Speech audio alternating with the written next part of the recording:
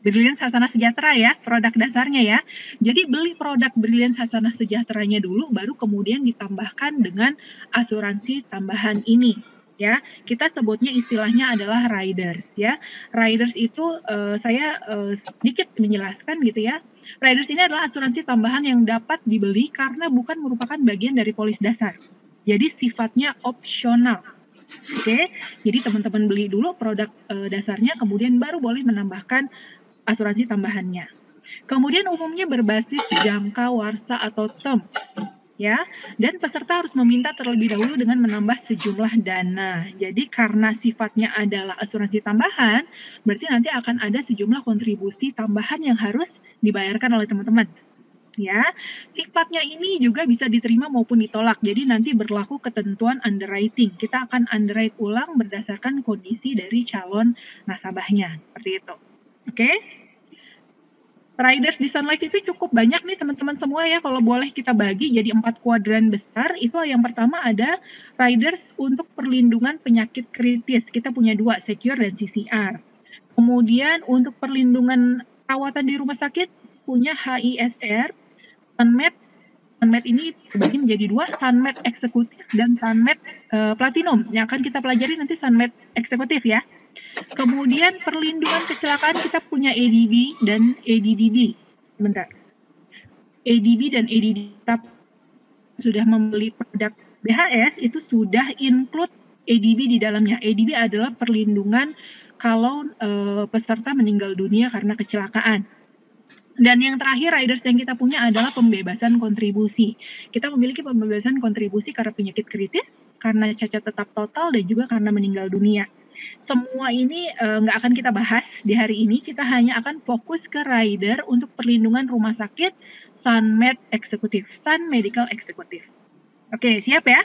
Saya mau menyapa dulu dong sebelum mulai nih, saya mau lihat satu persatu teman-teman saya. Ini kan tadi kalau Mas Ingin sama Mas Ferry bilang ada yang paling jauh itu dari Papua ya. Nah, kalau ini saya hafal banget nih, saya mau menyapa dulu. Halo Pak Simpli. Pak Simpli dari Papua ya Pak ya? Pak Simpli ini selalu ada kapanpun dimanapun kalau kita lagi buka workshop gitu ya. Saya senang banget sih ngelihat Pak Simpli. Sehat Pak? Sehat Pak Simpli? Sehat, sehat. Oke. Kemudian saya juga mau menyapa ada Pak Zulkifli. Pak Zulkifli ini spesial banget karena beliau ini tadi sudah hadir. Bahkan sebelum saya baru buka linknya gitu ya. Ada Pak Zulkifli dari Tenggara Barat ya Pak ya. Pak Zulkifli, terima kasih sudah datang sangat-sangat before time gitu ya Pak ya. Oke, teman-teman KSFA semuanya sudah siap ya. Kita sifatnya akan sharing, jadi relax aja gitu ya. Kalaupun nanti ada pertanyaan, monggo untuk diajukan kepada saya atau boleh di chat dulu seperti itu Mas Ingin ya. Ya, kemudian betul. Nanti kita akan bahas di sesi terakhir, sesi tanya jawab. Oke, saya akan buka untuk slide pertama. Kita akan bahas mengenai Sun Medical Eksekutif Syariah. Oke, kalau kemarin mungkin teman-teman sudah sempat ikut workshop yang dibawakan oleh Mbak Novi. Beliau membawakan untuk Sun Medical Platinum Syariah, benar ya? Nah, kalau Medical Platinum Syariah itu kan bisa digunakan untuk mulai dari Indonesia, Malaysia, sampai dengan ke seluruh dunia, seperti itu. Nah, kalau Sun Medical Eksekutif Syariah, ya, jadi sifatnya adalah hampir mirip gitu ya, hampir mirip dengan Sun Medical Platinum, tapi untuk wilayah geografisnya itu, waduh, ada yang, apa tuh, ada tukang apa tuh lewat. Tapi wilayah geografisnya adalah di Indonesia. Oke, nah di sini ada definisi dari Sun Medical Eksekutif Syariah, yaitu asuransi kesehatan individu dengan prinsip syariah yang memberikan manfaat perlindungan atas resiko biaya perawatan kesehatan pihak yang diasuransikan selama di rumah sakit dan memberikan santunan kematian karena kecelakaan serta manfaat rawat jalan sebelum dan setelah rawat inap. Jadi kurang lebih ini adalah perlindungan yang kita berikan kalau nasabah membeli asuransi tambahan Sun Medical Platinum. Ya, yang pertama ada manfaat rawat inap. Oke, kemudian ada manfaat medis, manfaat rawat jalan, manfaat tindakan bedah. Kemudian juga untuk Sun Medical Eksekutif Syariah ini juga sudah dilengkapi, sudah ada tambahannya ya, santunan kematian karena kecelakaan. Dan juga kita menawarkan kepada nasabah kita adanya opini medis kedua. Jadi kita berikan fasilitas second opinion plus MMR. Jadi nanti nasabah itu boleh menaikkan ya, boleh naikin limit tahunan dari plan yang mereka beli. Kita akan lihat ya satu-satu. Plannya ada apa aja sih Mbak? Gitu ya. Tapi sebelum masuk ke plan, ini adalah fitur produknya nih teman-teman semua. Oke, tipe produknya adalah hospitalization and surgical rider. Jadi memberikan perlindungan kalau nasabah dirawat inap di rumah sakit maupun nasabah melakukan pembedahan. Ya, bentuknya adalah asuransi tambahan rider. Ya, saya ulangi nih, kalau rider berarti harus beli asuransi dasarnya dulu, baru bisa ditambahkan asuransi tambahan. Umur masuk, jadi usia peserta adalah mulai dari 15 hari sampai dengan 60 tahun. Oke, mata uangnya rupiah. Masa asuransinya itu sampai dengan pihak yang diasuransikan berusia 88 tahun, jadi mengikuti produk BHS-nya. Kemudian cara bayarnya bisa bulanan, triwulanan, semesteran, dan tahunan. Ya, cara bayarnya sama, mengikuti asuransi dasarnya. Masa free look juga mengikuti asuransi dasar. Nah, ada yang tahu nggak masa free look di asuransi dasar? Berarti kan kita ngomongin BHS ya. Ada yang tahu nggak masa free look-nya BHS itu berapa hari sih? Sambil kita refresh lagi ya, produk 12. BHS ya. Berapa Pak? 12. 12? Ada pendapat yang lain mungkin? 14 ya. 12, 14, ada lagi pendapat lain? 21. Siapa itu yang jawab? Ah, curang, Mas Ferry yang jawab. Jangan Mas Ferry. Yang lain. 15. Bu Melasari 15. Tadi Ya. Pak Julian bilangnya 14. Ya udah Kak, sama teman Kak, 10 Kak. Ini kayak tawar-tawaran di ITC ya. Masa free look, tapi teman-teman paham kan ya pengertiannya ya? Masa kita mempelajari polis seperti itu. Jadi masanya adalah 21 hari setelah polis terbit seperti itu. Jadi nasabah boleh tuh pelajarin dulu polisnya jika memang ada hal-hal yang tidak sesuai, katakanlah seperti itu dengan apa yang sudah dijelaskan oleh agent atau KSFA-nya, maka nasabah boleh untuk membatalkan polis dalam rentang waktu masa free look ini tanpa kita kenakan biaya apapun. Ya, jadi ini adalah masa tenggang untuk nasabah mempelajari polis. Jadi sama ya, antara Sun Medical Executive Syariah dengan BHS sama ngikutin produk dasarnya. Oke, kemudian juga berlaku full underwriting dan biaya-biayanya gimana?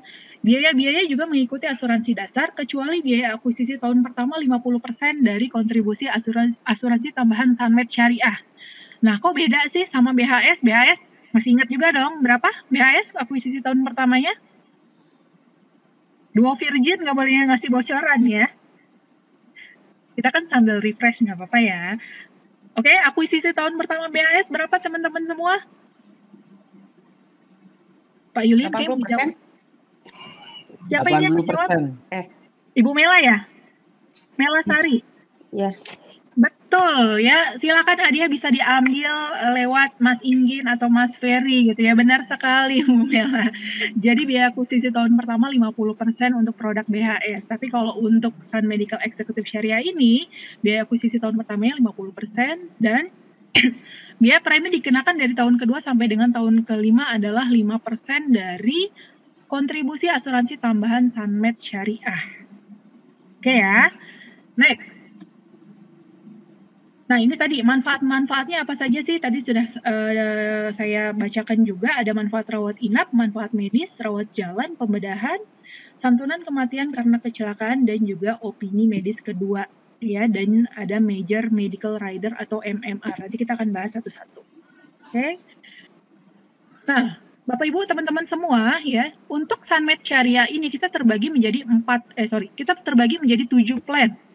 Mulai dari plan A sampai dengan plan G. Jadi di sini teman-teman KSFA bisa menyesuaikan dengan kebutuhan nasabah. Kita punya 7 plan, mulai dari harga kamar perawatan itu di 200.000 sampai dengan di 1,5 juta rupiah. Oke. Kemudian di sini kita akan lihat satu persatu ya, mulai dari yang plan A. Plan A ini untuk kamar rawat inap biasa ada di 200.000. Kemudian di plan B itu 300.000, plan C 500.000, plan D 600.000, plan E 800.000, plan F 1 juta, dan plan G yang paling tinggi itu ada di 1,5 juta. Oke. Kemudian bagaimana dengan perawatan di kamar khusus ya, perawatan khusus seperti di ICU, ICCU, atau di TISU gitu ya, di PICU gitu kan ya. Untuk plan A sendiri di 9 juta, di sini teman-teman bisa baca ya. Untuk plan limit masing-masing plannya, di plan A ada di 9 juta, dan di plan G, plan yang paling tinggi itu di 60.500.000. Ini adalah limit per tahun. Contoh misalnya nih, ada nasabah yang ambil plan A. Ya, plan A itu kalau beliau dirawat di ICU, katakanlah seperti itu ya, maka dalam 1 tahun polis, beliau memiliki limit perawatan sebesar 9 juta rupiah. Oke, kemudian nanti kalau beliau ngambil plan yang berikutnya B, C, D, E, F, G, yaitu di sini ada tiringnya masing-masing ya, ada limitnya masing-masing. Oke, kemudian biaya akomodasi. Nah, biaya akomodasi ini akan diberikan kalau si orang yang sakit gitu ya, kalau si pemegang kartu, kalau si nasabah itu usianya di bawah 15 tahun. Jadi, misalnya nih ada nasabahnya teman-teman yang usianya 12 tahun misalnya. Ya, masih anak-anak nih.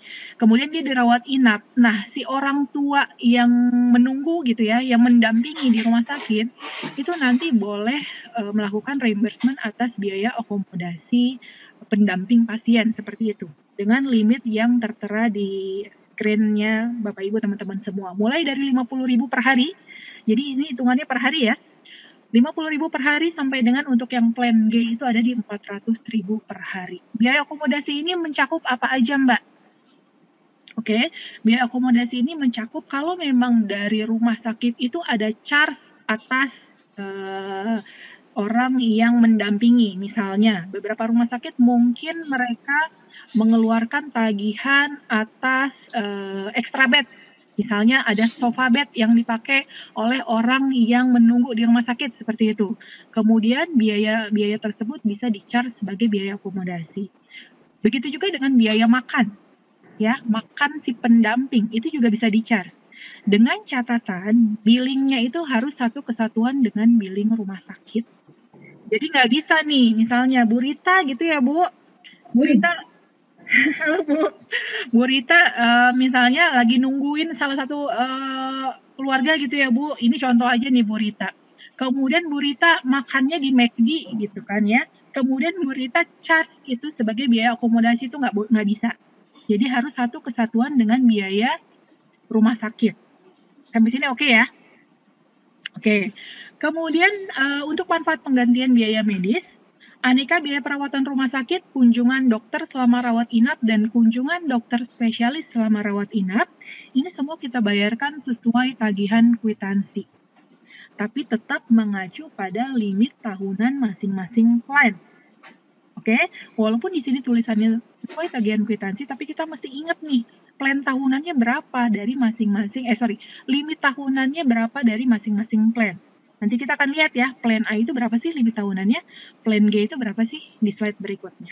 Oke, kemudian untuk layanan ambulans sama, ya semua plan itu ada di 500.000, layanan ambulans. Layanan ambulans itu berlaku, gimana sih Mbak tata caranya?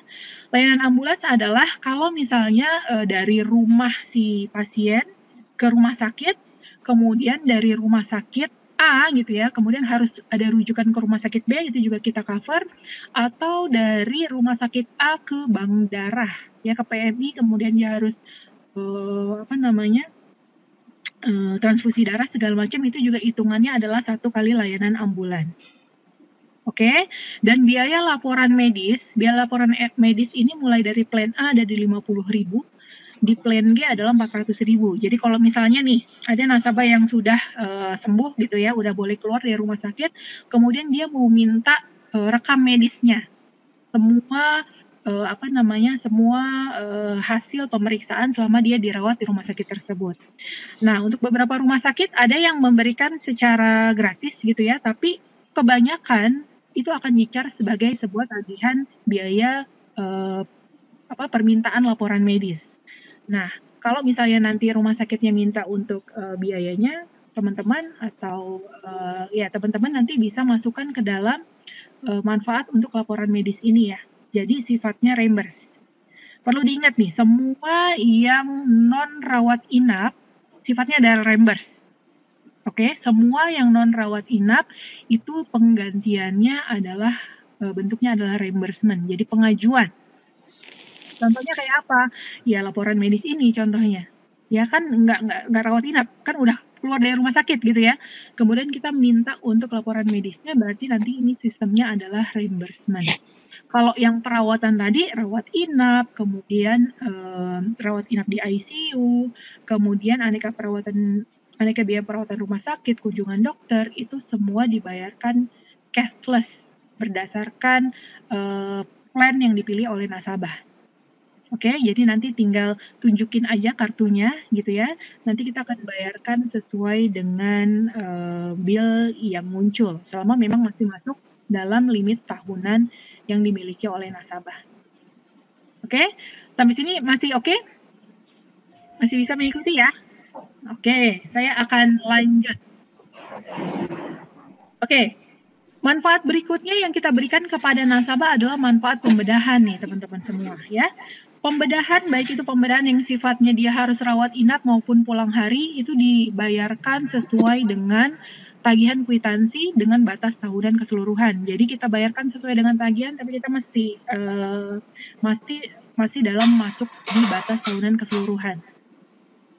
Oke. Kemudian manfaat rawat jalan. Tadi kan kita udah bahas manfaat rawat inap, kemudian manfaat pembedahan, sekarang manfaat rawat jalan. Oke. Untuk manfaat rawat jalan ya, sebelum dan setelah rawat inap ini dibayarkan sesuai dengan kwitansi loh. Keren nggak? Ya, jadi gini, misalnya nih, ada nasabah yang rawat inap, katakanlah dia rawat inap karena DBD gitu kan ya. Rawat inap dari tanggal 1 Juni sampai dengan 5 Juni, 5 hari misalnya. Nah, ada kemungkinan sebelum nasabah rawat inap itu kan dia ada bolak-balik ke dokter gitu ya. Kok ini trombositnya turun terus, kok demam terus gitu ya. Dan sesudahnya juga nasabah diminta untuk kontrol, kan gitu. Biasanya kalau rawat inap pasti diminta balik lagi seminggu lagi buat kontrol. Nah, biaya sebelum nasabah rawat inap dan sesudah nasabah rawat inap itu kita akan gantikan sesuai dengan tagihan kwitansi. Besarnya berapa Mbak? Bukan besarnya. Range waktunya berapa Mbak? Range waktunya adalah 30 hari sebelum rawat inap dan 90 hari setelah rawat inap. Jadi ingat 30-90. 30 hari sebelum dan 90 hari sesudah. Tapi karena ini sifatnya adalah di luar rawat inap, jadi kita akan gantikan secara reimburse. Ingat ya, semua yang di luar rawat inap kita akan gantikan secara reimburse. Oke.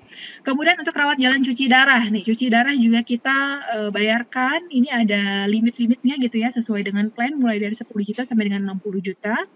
Rawat jalan kanker ya, rawat jalan kanker kalau misalnya nanti nasabah harus melakukan perawatan yang berkaitan dengan kanker, seperti biasanya apa sih kalau orang yang kanker itu kan harus kemoterapi seperti itu ya. Kita bayarkan sesuai dengan plan yang dimiliki oleh nasabah.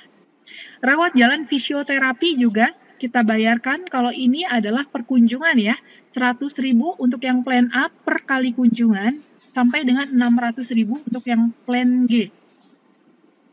Kemudian rawat jalan keadaan darurat karena kecelakaan. Nah, kalau kartu ini prinsipnya adalah kartu ini untuk rawat inap. Tapi kalau misalnya nanti nasabahnya teman-teman itu harus menjalani rawat jalan darurat karena kecelakaan, nah ini boleh kartunya digunakan. Tapi nggak bisa yang teman-teman misalnya flu, batuk pilek, kemudian datang ke dokter pakai kartu ini. Karena kartu ini hanya untuk rawat inap. Ya. Terus tadi gimana dong Mbak yang 30-90 ya? 30-90 itu boleh diklaim kalau memang nasabah mengalami rawat inap juga.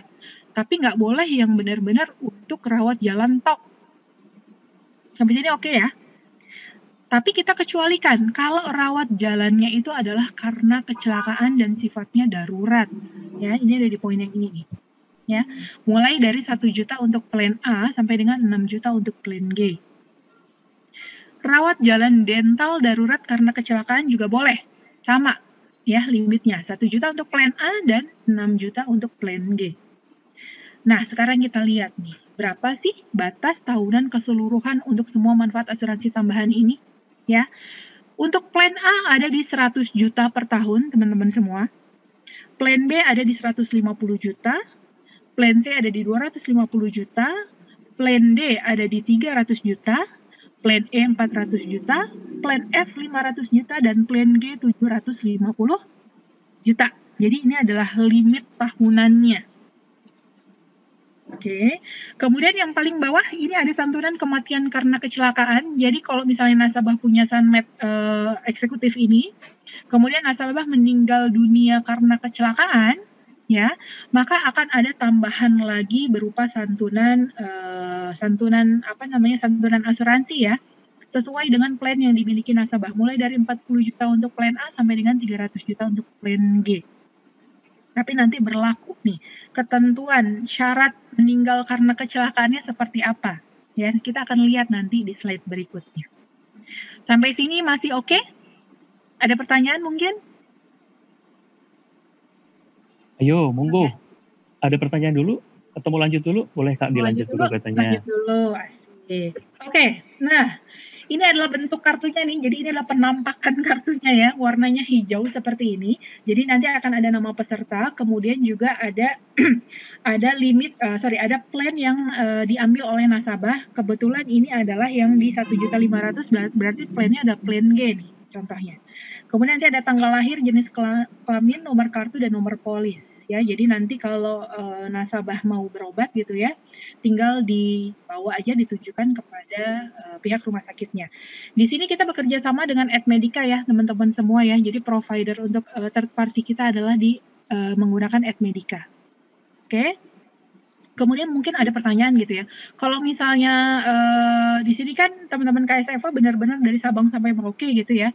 Kemudian kalau saya mau tahu nih Mbak, rumah sakit di kota saya itu bekerja sama nggak dengan Edmedica, dengan kartu Sun Medical Executive ini. Nah, teman-teman nanti bisa cek ya. Mas Ingin, sorry, aku mau nanya, teman-teman KSFA ini bisa akses ke MySun Advisor?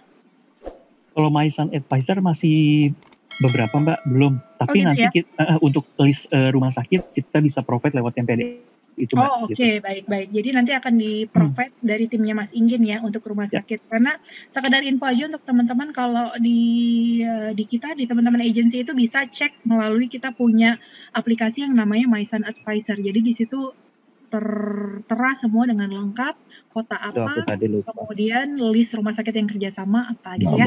Berarti nanti akan di-provide oleh timnya Mas Ingin seperti itu untuk list rumah sakit. Next, penentuannya seperti apa ya teman-teman? Di sini agak lebih detail lagi kita akan bahas karena kita akan bahas tentang ketentuan. Oke, kita bahas dulu yang pertama adalah penggantian biaya rawat inap. Oke, ada beberapa ketentuan nih teman-teman ya. Jadi kita lihat dulu untuk yang 30 hari pertama. 30 hari pertama ini ada yang kita sebut sebagai masa tunggu. Jadi kalau misalnya nih Pak Budi ya, ada Pak Budi Herianto nih. Pak Budi Herianto, katakanlah Pak Budi buka untuk polis BHX yang ada Sun Medical Executive-nya, seperti itu ya Pak. Untuk 30 hari pertama, status kartunya masih nonaktif karena masih masuk ke dalam masa tunggu. Oke, artinya belum bisa dipakai nih Pak, kecuali kalau misalnya terjadi kecelakaan. Oke, jadi 30 hari ini statusnya masih nonaktif, tapi bisa dipakai kalau statusnya adalah kecelakaan. Tapi belum bisa untuk untuk digunakan untuk rawat jalan di luar kecelakaan, seperti itu Pak Budi. Kemudian, tadi yang 30 hari pertama udah oke ya. Kemudian dari polis terbit ke 12 bulan pertama itu juga ada masa tunggu untuk 18 penyakit khusus. 18 penyakit khususnya nanti ada di slide saya di terakhir ya. 18 penyakit khusus. Jadi artinya kalau misalnya nasabah sakit gitu ya, kemudian ternyata sakitnya itu masih masuk di dalam 18 penyakit khusus yang dikecualikan, Jadi masih belum bisa kita bayarkan nih klaimnya. Seperti itu. Ini sebenarnya ketentuan ketentuan asuransi pada umum, secara umum sih. Jadi pasti satu tahun pertama itu ada beberapa penyakit yang kita kecualikan. Oke, tapi after 12 bulan gimana? After 12 bulan katakanlah kalau mau sakit apapun silahkan sakit aja gitu. Karena sudah tidak berlaku lagi masa tunggu 30 hari, sudah tidak berlaku lagi masa tunggu untuk 18 penyakit khusus. Seperti itu. Dan dalam waktu 24 bulan pertama, kita menerapkan yang namanya contestable period. Nah, apalagi itu contestable period? Contestable period adalah masa di mana pihak asuransi itu berhak untuk melakukan investigasi atas klaim yang diajukan. Jadi kan ingat ya, kalau asuransi itu kan kita punya prinsipnya apa yang pertama? Utmost good faith gitu ya. Jadi kita punya itikat baik gitu. Jadi kita mau ngejaga ini, jangan sampai amit-amit gitu ya ada informasi-informasi yang tidak sesuai yang diberikan oleh nasabah. Kemudian dalam hal ini mungkin ada penyakit yang tidak di declare gitu ya ke kita. Kemudian nasabah itu melakukan klaim, saat klaim dan kita investigasi ternyata sakitnya adalah sakit bawaan. Nah, di situ adalah fungsi kita melakukan investigasi selama 24 bulan pertama. Tapi after 24 bulan pertama itu sudah tidak ada lagi yang namanya contestable period. Artinya silakan saja ajukan klaim dan tidak ada lagi investigasi seperti itu. Jadi perlu kita pahami bersama gitu ya, bukan dalam artian kok ribet ya Mbak, ada pengecualian apa segala macam. No, justru di sini kita ingin supaya calon nasabahnya teman-teman KSFA itu sudah terinfokan dari awal gitu ya, bahwa 30 hari pertama kartunya masih non-aktif, 12 bulan pertama silahkan untuk melakukan klaim, tapi kita kecualikan di 18 penyakit khusus, seperti itu. Dan 24 bulan pertama perusahaan asuransi itu berhak untuk melakukan investigasi. Itu aja sih sebenarnya teman-teman. Dan kalau nasabah punya kartu Sun Medical Executive ini, selama 1 tahun full ya, kita akan bayarkan biaya perawatan di rumah sakit selama maksimum 150 hari. Ya, jadi untuk maksimum hari perawatan di rumah sakit selama 1 tahun adalah 150 hari. Ya, oke. Next. Kemudian tadi kan teman-teman sudah lihat juga ya bahwa kita terbagi jadi 7 plan, mulai dari plan A sampai dengan plan G. Nah, bagaimana kalau misalnya terjadi kasus gitu ya, di mana kamar rawat inap yang sesuai dengan plan yang kita punya itu nggak tersedia, penuh misalnya. Jadi misalnya di sini ada, sebentar saya mau menyapa, ada siapa nih? Ada Pak Simpli gitu ya. Pak Simpli misalnya nasabahnya itu buka yang plan di 500.000 gitu Pak. Kemudian ternyata saat nasabah melakukan rawat inap di rumah sakit, kamar yang 500.000-nya nggak tersedia. Adanya kamar 800.000. Nah, gimana nih ketentuannya? Oke, pertama gitu ya, kita kembalikan dulu ke nasabah. Nasabah itu mau tetap dirawat di rumah sakit dengan harga 800.000 itu, atau mencari alternatif rumah sakit lain yang sesuai dengan plannya. Pertama itu. Kalau memang ternyata nasabah udah Mbak, udah terlanjur, saya udah rawat jalannya di sini, rawat inapnya di rumah sakit ini aja deh. Cuman masalahnya kamar 500.000-nya nggak tersedia Mbak, adanya yang 800.000. Oke, kita memberikan tenggang waktu selama 2 hari untuk nasabah silakan aja masuk ke kamar yang 800.000 itu, tapi nanti di hari ketiga gitu ya, nasabah sudah harus kembali sesuai dengan plan yang dia punya. Artinya, nasabah mesti bukan turun kelas,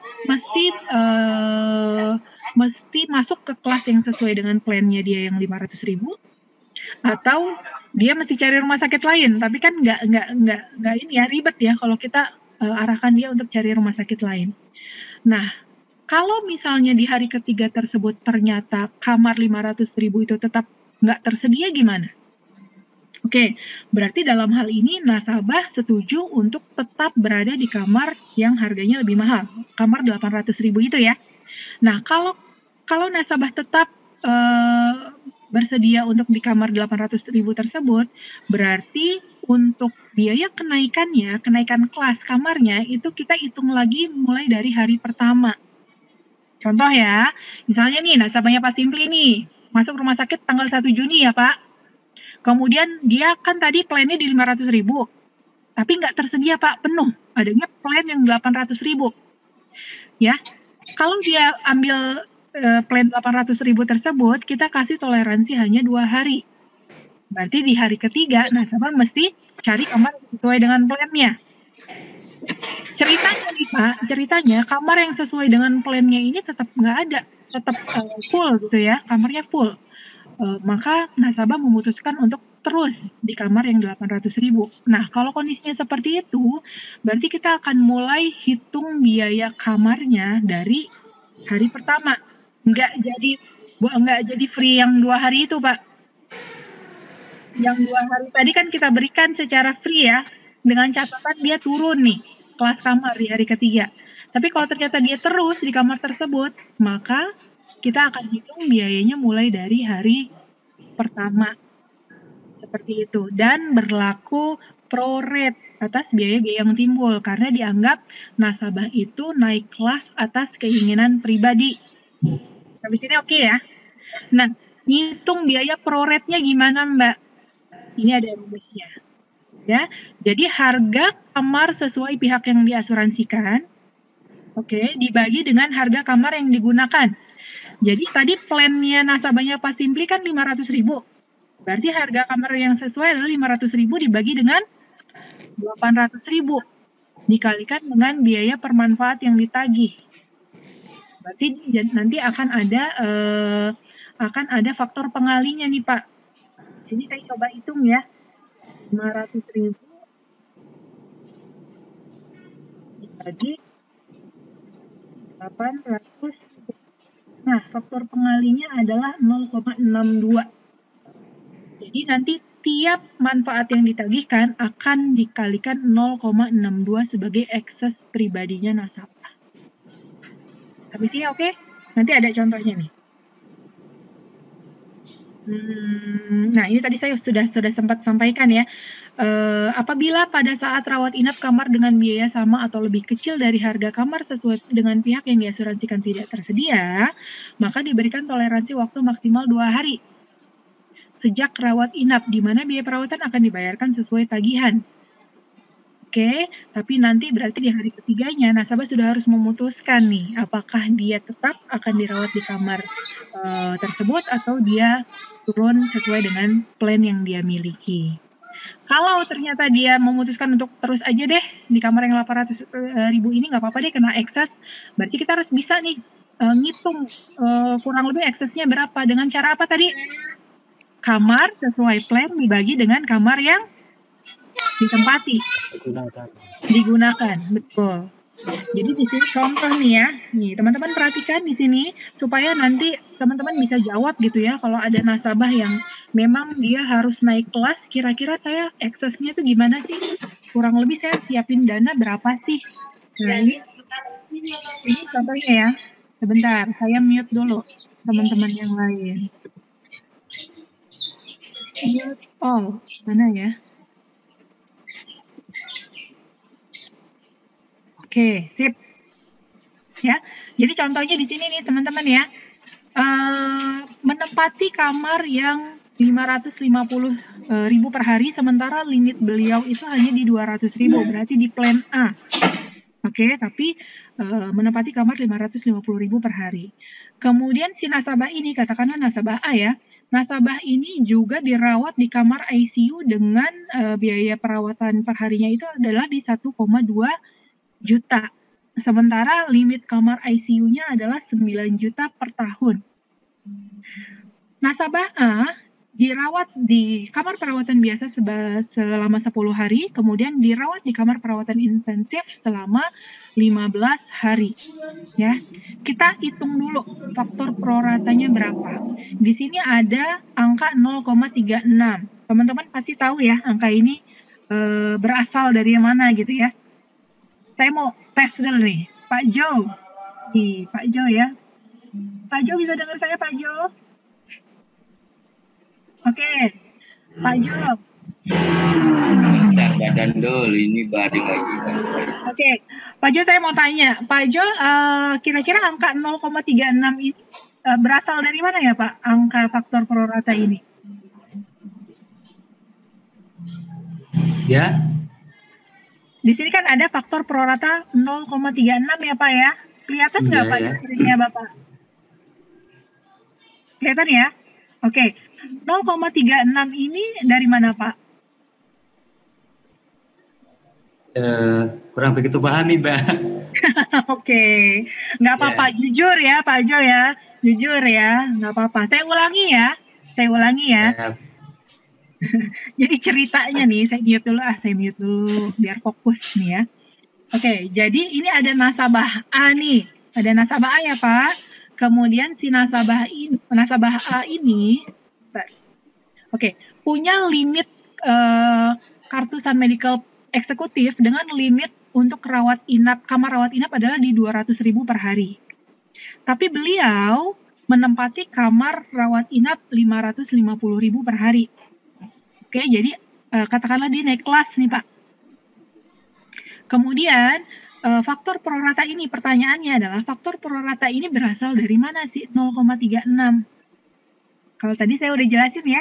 Jadi cara menghitungnya adalah harga kamar sesuai limit dibagi dengan harga kamar yang ditempati. Jadi dalam hal ini si Bapak A ini rumus yang kita gunakan adalah di 200.000 dibagi dengan 550.000. Maka muncullah faktor prorata 0,36 ini, Pak. Ya, jadi di sini nasabah dianggap naik kelas atas keinginan pribadi. Jadi ada faktor prorata 0,36. Nah, sekarang ya, di sini ada contoh soalnya nih. Jadi si Bapak A ini kan tadi dirawat berapa hari? 10 hari di kamar perawatan biasa, 15 hari di kamar ICU gitu ya. Jadi kita lihat dulu nih. Untuk kamar, berarti tagihannya adalah kamar itu 550.000 dikali 10 hari. Kan gitu ya. Sementara plan yang dimiliki oleh nasabah adalah di 200.000 dikali 10 hari, di 2 juta. Maka ada kelebihan yang harus dibayarkan oleh peserta sebanyak 3,5 juta. Sampai sini oke ya. Jadi kalau untuk kamar itu nggak usah dikalikan proratanya dulu, tinggal dikurangi selisihnya aja. Jadi tagihannya berapa, kemudian dia punya plan berapa. Oke. Jadi di sini kelebihan biaya peserta adalah 3.500.000. Kemudian kita lihat di kamar ICU. Tagihan rumah sakitnya adalah 18 juta. Sementara tadi si nasabah ini punya santunan untuk perawatan di ICU adalah sebesar 9 juta. Berarti ada selisih. 18 juta dikurangi 9 juta. Kelebihan biaya peserta itu adalah 9 juta. Oke, next. Ternyata si nasabah ini harus melakukan pembedahan. Pembedahannya habis 7,5 juta. Sementara yang kita tanggung hanya 2.727.000. Berarti tinggal dikurangi ya.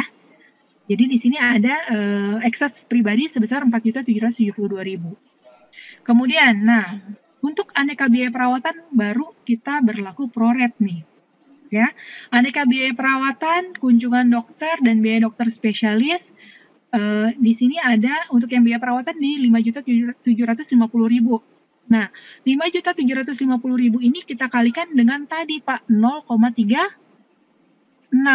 Karena semua biaya perawatan rumah sakit termasuk kunjungan dokter itu nanti berlaku prorate. Berlaku dikalikan dengan ekses yang timbul. Faktor proratanya berapa? Seperti itu. Jadi di sini timbul nih Pak, untuk biaya perawatan, aneka perawatan ada ekses sebesar 3,6 juta, biaya kunjungan dokter ada ekses 795.000, dan juga biaya dokter spesialis ada ekses 509.000. Sehingga total, ya, kelebihan biaya yang harus ditanggung oleh peserta adalah sebanyak 22 juta, kurang lebih. Oke, sampai sini. Ada pertanyaan nggak? Ada pertanyaan nggak? Paham nggak? Pak Kristiono paham nih kayaknya nih, manggut-manggut nih. Paham ya Pak? Jempolnya boleh Pak? Boleh ya? Oke. Jadi paling nggak nih nanti teman-teman KSFA bisa kasih ancer-ancer biaya gitu ya. Kalau misalnya saya harus naik kelas nih, Bapak Ibu misalnya, kemudian saya punyanya plannya sebesar ini, aku mau naik kelas, kira-kira saya harus siapin biaya berapa sih? Nah, di sini kita bisa bantu untuk nasabah menghitungkan kurang lebih biaya yang dibutuhkan oleh nasabah. Oke, ada pertanyaan nggak? Ya, karena ini hitung-hitungan, nanti kalau ditampung di belakang pada lupa gitu ya. Mendingan kalau ada pertanyaan boleh diajukan sekarang. Boleh, silakan Bapak Ibu. Boleh, silakan Bapak Ibu. Aman ya? Aman ya? Minta Karena, jempolnya aja kalian. Kalau aman. Ya. Oke, jempolnya tuh kata Jempolnya Mas dulu Didi. nih Bapak Ibu Coba semuanya. dong kasih saya lihat kayak jempolnya sebentar. Saya mau. Nah, saya bisa lihat semuanya. Jempolnya boleh. Pak Zulkifli aman? Aman Bu, sip. Bu Ani Yes, aman mantap, ya? Pak Sudirmansyah. Bu Ani aman. Nah, oke, saya mau cek lagi nih siapa nih. Bu Rita aman ya, Bu? Nggak aman? Apa yang nggak aman, Bu? Ibu kayak ikut ini ya, uji nyali gini-gini gitu di depan kamera. Kenapa, Bu? Ayo, Bu Rita. Monggo, Ibu ada pertanyaan? Silakan Ibu Rita. Ya, baik. Begini loh Mbak, kalau misalnya seandainya beliau yang dirawat ini milih naik kelas ya kan, perhitungan tadi kan kekurangan yang harus ditambahkan 22 juta. Nah, bagaimana kita bisa kan nasabah itu kadang mungkin tidak mampu untuk bayar, ya kan? Tapi dia ingin juga naik kelas. Nah, jadi pertimbangannya seperti apa? Apakah hanya kita mengutamakan keinginan nasabah untuk naik kelas, ataupun kita menyesuaikan dengan kemampuan dia gitu? Karena kalaupun dia paksakan, nanti dia tidak akan bisa bayar. Itu apa ada impact-nya ke kita sebagai istilahnya yang mengurus polis dia gitu? Terima kasih. Oke, baik Bu Rita, saya jawab ya Bu. Pertama-tama tentunya ini harus disesuaikan dengan plan yang dimiliki oleh nasabah seperti itu. Jadi memang dari awal kenapa kita ada sampai dengan 7 plan gitu ya, mulai dari plan A sampai dengan plan G, supaya memang kita bisa sesuaikan dengan kebutuhan yang diinginkan oleh nasabah. Nasabah kira-kira nyamannya gitu ya. Jadi dari awal nih kita harus bisa secara secara detail gitu Bu, menggali kebutuhannya nasabah gitu ya. Mungkin kemarin sudah diajarkan saat Bu Rita ikut training Salam Sukses yang namanya fact finding gitu kan, menggali kebutuhan nasabah gitu. Jadi yang pertama harus Ibu lakukan adalah gali dulu Bu kebutuhan nasabahnya. Kemudian biasanya sih kita lontarkan pertanyaan. Kalau misalnya nanti Bapak Ibu gitu ya, katakanlah harus menjalani perawatan di rumah sakit, kira-kira Bapak Ibu nyaman di kelas kamar yang mana sih? Gitu ya. Tentunya dari 7 plan yang kita punya kan kita bisa mengira-ngira gitu ya. Tergantung juga untuk rumah sakit yang dituju gitu kan ya. Kalau misalnya memang nasabah nyaman di kelas 1 gitu kan, berarti kan ya. Sebentar. Suara saya kedengeran nggak? Karena saya kresek-kresek banget di sini. Dengar. Kedengeran, oke. Dengar, sip. Suaranya jelas. Oke. Jadi sampai mana tadi? Ya, kita gali dulu Bu Rita untuk kebutuhan nasabahnya seperti apa. Tentu saja setelah misalnya nasabah sudah punya kartu Sun Medical Eksekutif, kemudian nasabah katakan harus menjalani rawat inap di rumah sakit, arahan yang bisa kita lakukan adalah tempati kamar sesuai dengan plan yang kita punya, yang dimiliki oleh nasabah. Kemudian fungsinya kita tahu biaya prorata ini adalah supaya nanti misalnya nasabah, oh aku mau naik kelas aja deh Mbak, aku kan sekarang bukan yang 300, tapi nanti aku mau naik yang 500. Nggak apa-apa, silahkan, tapi nanti berlaku perhitungan proret ya, di mana nanti Bapak Ibu diminta untuk membayarkan kelebihan dari biaya yang timbul. Tapi saran dari saya memang tempatilah kamar gitu ya, kamar perawatan sesuai dengan plan dari kartu yang Bapak Ibu miliki seperti itu. Jadi memang arahan kita nggak minta dia untuk naik kelas sih Bu. Arahan kita nggak seperti itu. Cuman kan ini mungkin terjadi kalau misalnya kondisinya adalah rumah sakitnya penuh gitu. Mau nggak mau nasabah mesti naik kelas. Makanya tadi di awal saya bilang kalau kondisi rumah sakitnya penuh, kita tawarkan opsi pertama adalah cari rumah sakit yang memang sesuai dengan plan kamarnya. Kemudian kalau misalnya nasabah tetap udahlah saya di rumah sakit ini aja, silahkan, tapi nanti kalau karena situasinya adalah kondisinya adalah kamarnya penuh, maka mau nggak mau harus naik kelas. Naik kelas silahkan, tapi kita hanya akan cover atau berikan toleransi selama 2 hari. Setelah itu, apabila memang nasabah tetap untuk meneruskan di kamar yang harganya lebih mahal, berlaku biaya proret yang ini, Bu. Oke Bu Rita, jadi arahannya pertama memang harus dari awal banget ya kita paham dengan kebutuhan nasabah. Ya, dia nyaman untuk di kamar perawatan yang harga berapa nih.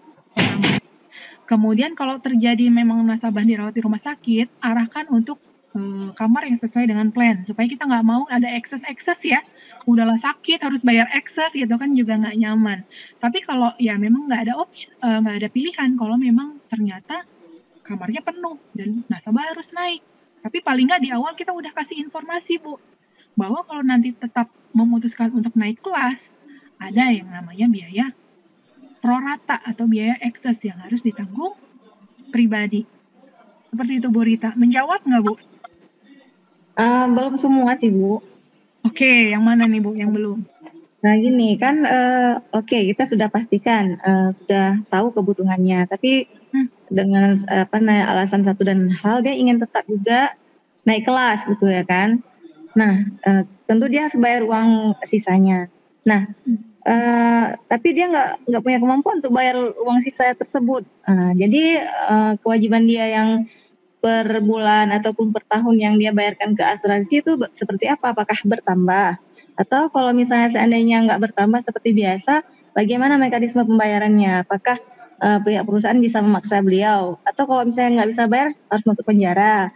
Ya kan? Terus begini, ada satu case lagi, seandainya dia rumah sakit yang dia maunya tidak naik kelas, tapi seperti tadi bahwa tidak ada rumah sakit lain yang bisa memenuhi perawatan dia. Misalnya kena COVID lah misalnya kan, di kota dia itu cuma ada satu rumah sakit yang nanganin itu, tapi sudah penuh di kelas yang dia harus tepati. Nah, otomatis kan dia harus naik kelas nih. Nah, itu dalam kondisi seperti itu kebijakan dari asuransinya seperti apa? Agak kompleks ya. Saya jawab dulu yang pertama. Koreksi kalau saya salah. Yang saya tangkap adalah pertanyaan pertama adalah nasabah naik kelas karena keinginan pribadi, tapi kemudian tidak mampu untuk membayarkan eksesnya seperti itu. Oke. Yeah. Ini rumit juga ya, karena nanti urusannya memang sama pihak rumah sakit dan karena kalau dari pihak asuransi kita hanya akan memang membayarkan yang sesuai dengan plan. Jadi nanti kalau misalnya ternyata ada ekses, katakanlah sesuai dengan yang di screen ini ya Bu ya, ada ekses 22 juta, itu nanti memang urusan antara si nasabah dengan pihak rumah sakitnya. Karena antara nasabah dengan pihak asuransi kita hanya berurusan dengan yang sesuai dengan plan yang ini aja Bu. Ya, jadi hanya di 16 juta. 16 juta itu sudah dibayarkan oleh pihak rumah sakit, tugasnya dibayarkan oleh asuransi, berarti tugasnya asuransi sudah selesai. Nanti si 22 juta ini adalah silakan koordinasikan dengan pihak rumah sakit. Itu satu. Kemudian yang kedua, rumah sakit di kota tersebut itu penuh. Gitu ya Bu ya, benar ya Bu ya. Kemudian berarti ini statusnya penuh atas semua kelas yang ada gitu ya Bu ya? Enggak, penuh atas kelas yang harus dia tempati gitu. Oke. Berarti berlaku lagi yang ketentuan yang ini Bu. Jadi kalau misalnya memang sesuai dengan kelas yang dia punya, sesuai dengan plan yang dia punya itu penuh, dia boleh naik kelas sesuai dengan ketentuan prorata yang ini. Sama aja kita. Maksudnya kan kalau yang tadi kan dia punya dikasih opsi nih, boleh cari rumah sakit lain yang tidak penuh, ya kan? Tapi ternyata di kota itu misalnya kena COVID gitu, cuma ada satu rumah sakit yang menangani masalah COVID. dan di kelas itu dia sudah penuh, harus naik kelas. Nah, itu kan dia terpaksa karena nggak ada rumah sakit lain yang menangani perawatan itu. Itu gimana? Iya, tetap berlaku untuk yang biaya proratanya, Bu. Tetap kita menghitungnya seperti kasus biasa. Walaupun kalau kita ngomongin COVID, sebenarnya kan ada rumah sakit rujukan pemerintah yang memang diperuntukkan untuk pasien COVID seperti itu ya, Bu. Tapi kalau misalnya memang kasusnya adalah seperti yang Bu Rita utarakan barusan, berlaku ketentuan umum dari produk ini, Bu. Memang kalau nasabah naik kelas berlaku pro rata. Tapi tadi saya ada sempat dengar bahwa perusahaan juga mentolerir jika ada masalah lain selain yang atas keinginan pasien atau nasabah. Kalau saya nggak salah dengar ya tadi ya. Jadi kalau menurut saya, yang saya tangkap tadi bahwa perusahaan juga mengcover bahwa jika tidak ada pilihan lain buat si nasabah, sementara dia tidak mau naik kelas, tapi tidak ada tempat lagi buat dia selain itu, dan itu memang sudah diumumkan oleh pemerintah tidak boleh ke lain rumah sakit karena yang menyediakan perawatan itu hanya di situ. Nah itu kan yang saya tangkap itu ditolerir juga oleh perusahaan. Apakah saya salah dengar tadi atau memang perusahaan tidak mau tahu urusan itu? Toleransinya 2 hari aja, Bu Rita. Toleransinya hanya 2 hari saja seperti itu. Kalau memang nasabah statusnya adalah naik kelas, walaupun ya kita nggak melihat memang kondisinya penuh di semua rumah sakit dan memang hanya itu optionnya. Tapi berlaku memang ketentuan untuk produk SME seperti itu, Ibu. Kalau naik kelas ada prorata yang harus kita bayar. Mungkin bisa nambahin, Bu. Iya. Siapa ini?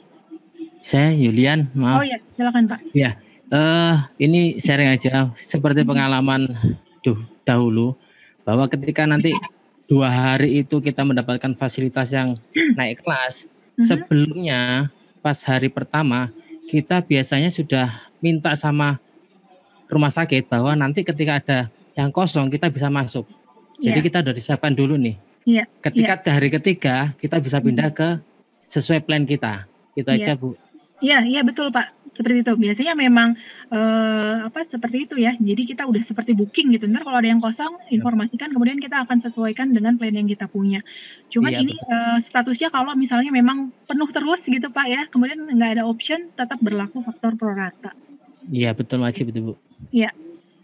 Bu Rita sampai sini jelas, Bu? Jelas, tapi belum puas lah kalau gitu. Iya, Bu. Jadi memang kita kembali lagi ke ketentuan dasar dari produk non-medical eksekutif ini. Ya. Jadi ketentuannya memang kalau nasabah itu naik kelas, seperti itu naik kelas dari plan yang dia punya, itu berlaku untuk pro rata seperti itu, Bu Rita. Oke, mungkin kalian begini, Pak, artinya kita posisikan adalah semua Bapak Ibu di sini adalah SFA dan menjadi konsultan perencanaan keuangan dari nasabahnya kan Kak ya.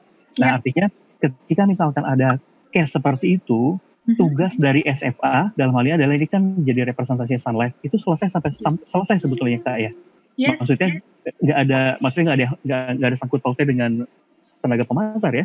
Kalau misalnya ternyata ada kejadian seperti itu. Iya, seperti yang tadi saya sebutkan. Jadi memang hubungannya kewajiban perusahaan asuransi membayarkan sesuai dengan plan gitu kan ya.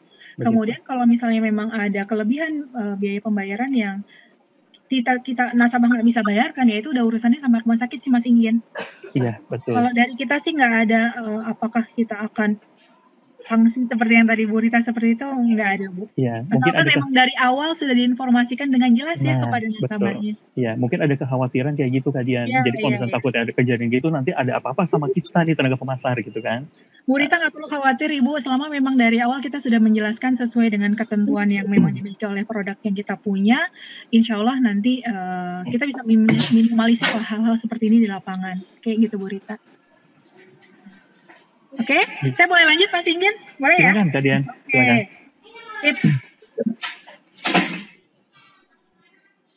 Bentar.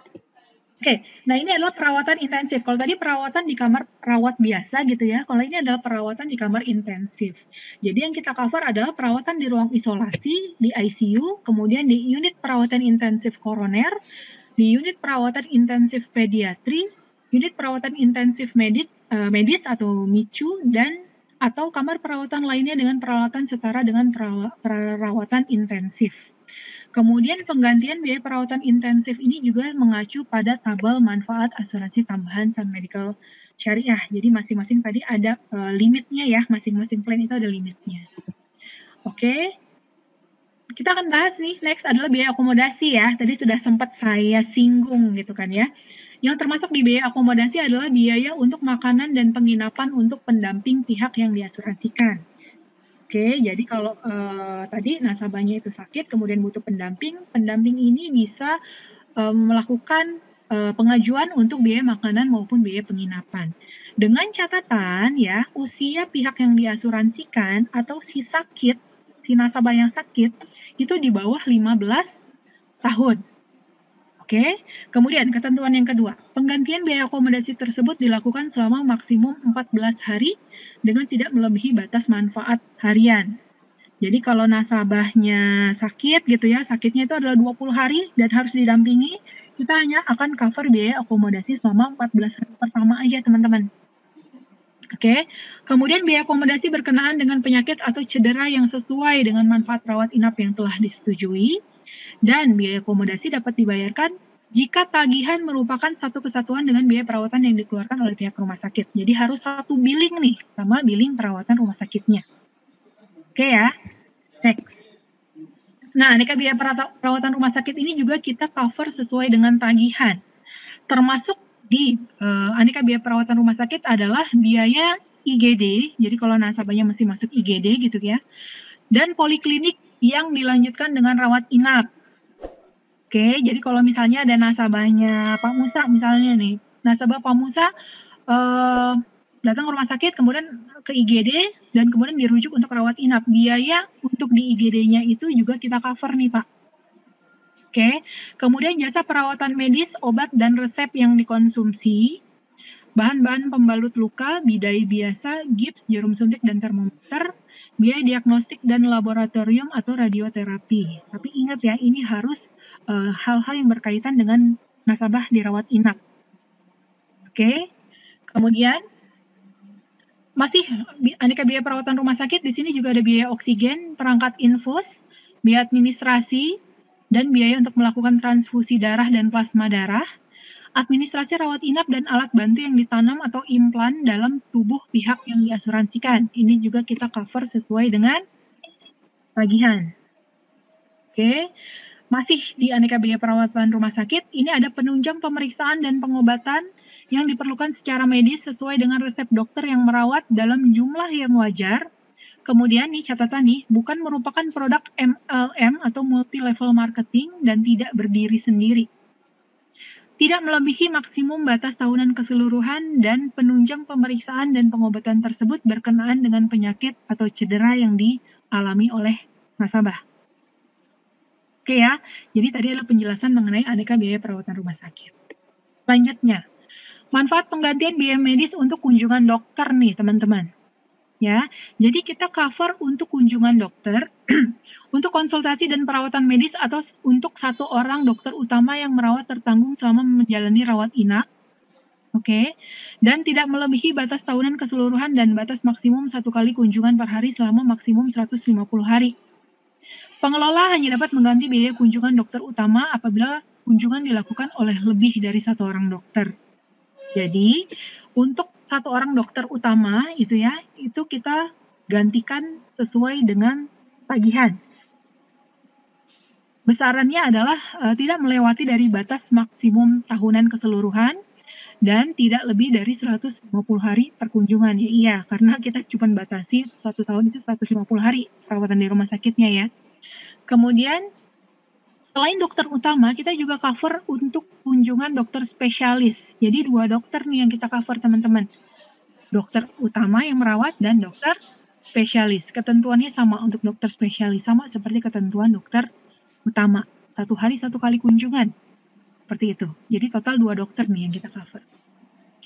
Kemudian layanan ambulans, tadi juga sudah saya bahas ya, jasa ambulans yang digunakan oleh dan untuk pihak yang diasuransikan dari tempat kejadian ke rumah sakit, dari rumah sakit ke rumah sakit yang lainnya, rumah sakit rujukan mungkin seperti itu, dan atau dari rumah sakit ke bank darah dan sebaliknya. Kita hitung itu sebagai layanan ambulans. Besarnya berapa tadi, masih ingat?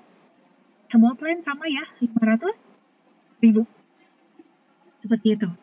Kemudian ini tadi ya, laporan medis. Untuk mendapatkan laporan medis berkaitan dengan perawatan yang ditanggung dalam asuransi tambahan ini, dengan ketentuan tidak lebih maksimal batas manfaat per perawatan. Jadi kalau teman-teman, saya ulangi ya, teman-teman itu mau minta kopi hasil rekam medis, boleh ya. Nanti kita bayarkan kalau memang nanti ada biaya yang timbul. Seperti itu. Biaya pembedahan. Nah, biaya pembedahan juga kita cover ya teman-teman. Biaya pembedahan baik yang harus rawat inap maupun yang pulang hari, kita cover sesuai dengan tagihan. Ya, jadi apa saja yang kita cover gitu ya, biaya dokter spesialis bedahnya, asisten operator, dokter spesialis anestesi, biaya ruang bedahnya, ruang pemulihan, peralatan bedah dan obat-obatan. Komplit kita cover semuanya. Penyebab dari pembedahan tersebut adalah berkenaan dengan penyakit atau cedera yang sama dengan manfaat rawat inap. Oke. Kemudian untuk pembedahan pulang hari, ya kita juga cover untuk biaya dokter spesialis bedah, asisten operator, dokter spesialis anestesi, ruang bedah, ruang pemulihan, peralatan bedah, dan obat-obatan yang digunakan apabila pihak yang diasuransikan menjalani pembedahan tanpa perlu melakukan rawat inap. Oke, jadi misalnya bedah apa ya yang tanpa rawat inap ya. Katarak gitu kan ya, katarak sekarang kan bisa ya, nggak harus rawat inap ya, itu bisa masuk ke manfaat penggantian biaya pembedahan pulang hari, seperti itu. Oke, nah ini tadi nih, udah saya jelaskan juga, nggak apa-apa ya, kita ulang lagi ya. Untuk manfaat penggantian biaya rawat jalan, masih ingat teman-teman, 30 hari sebelum dan 90 hari sesudah. Ya, keren nih, masih pada ingat ya. Jadi sistemnya reimburse. Ya, jadi nanti bilang ke nasabah gitu ya, kalau misalnya nasabah sakit ya, untuk biaya kontrol dokternya itu mohon agar kwitansinya nggak dibuang. Karena nanti kwitansi tersebut yang akan jadi dasar kita untuk melakukan reimbursement ke Sun Life. Seperti itu. Oke. Oke, ini ya, yang tadi sebelum adalah 90 hari, yang sudah adalah 90 hari. Oke, cuci darah. Cuci darah juga kita cover. Tapi di sini ada ketentuan nih teman-teman. Perawatan cuci darah pertama harus dilakukan dalam 90 hari sejak tanggal pihak yang diasuransikan selesai menjalani rawat inap. Jadi intinya, misalnya nih, nasabahnya teman-teman hari ini tanggal 17 ya, 17 Juni check out dari rumah sakit, kemudian dokternya bilang harus menjalani cuci darah. Nah, cuci darah pertamanya ini harus dilakukan dalam jangka waktu 90 hari pertama sejak dia keluar dari rumah sakit. Kalau dia baru menjalani cuci darahnya di hari 95 gitu ya, di hari 95 sejak dia keluar dari rumah sakit, itu kita nggak bisa cover karena sudah di luar dari ketentuan yang ada. Oke, aman ya? Aman insya Allah. Rawat jalan kanker. Nah, jadi memang bentar. Oke, jadi memang Sun Medical Executive ini sangat lengkap ya fiturnya gitu kan ya, karena mulai dari rawat inap, rawat jalan, kemudian bedah pulang hari, bedah yang menginap, sampai dengan rawat jalan kanker juga kita cover loh teman-teman. Keren nggak? Keren ya, karena nggak semua perusahaan asuransi ini mau mengcover untuk rawat jalan kanker. Jadi rawat jalan kanker itu contohnya adalah kalau nasabah harus menjalani kemoterapi seperti itu. Ya, tapi di sini ada catatan nih teman-teman ya. Catatan yang pertama adalah untuk rawat jalan kanker itu harus memenuhi definisi kanker, yaitu pertumbuhan dan penyebaran sel ganas yang tidak terkontrol dan menginvasi dan merusak jaringan hormonal. Kanker ini harus dipastikan oleh dokter spesialis dan dibuktikan dengan hasil histologi. Oke, jadi nggak boleh, kayaknya saya kanker deh gitu ya. Kalau itu beda lagi, kantong kering biasanya ya, kalau yang kita suka menduga-duga kanker gitu ya. Jadi memang harus ada hasil dari dokter spesialis dan dibuktikan dengan hasil histologi. Tahu aja Mbak Esti kantong kering. Susah kalau kantong kering itu dibuktikan susah. Susah ya Pak ya, mesti kasih lihat dompetnya dulu ya Pak. Selnya nggak kelihatan.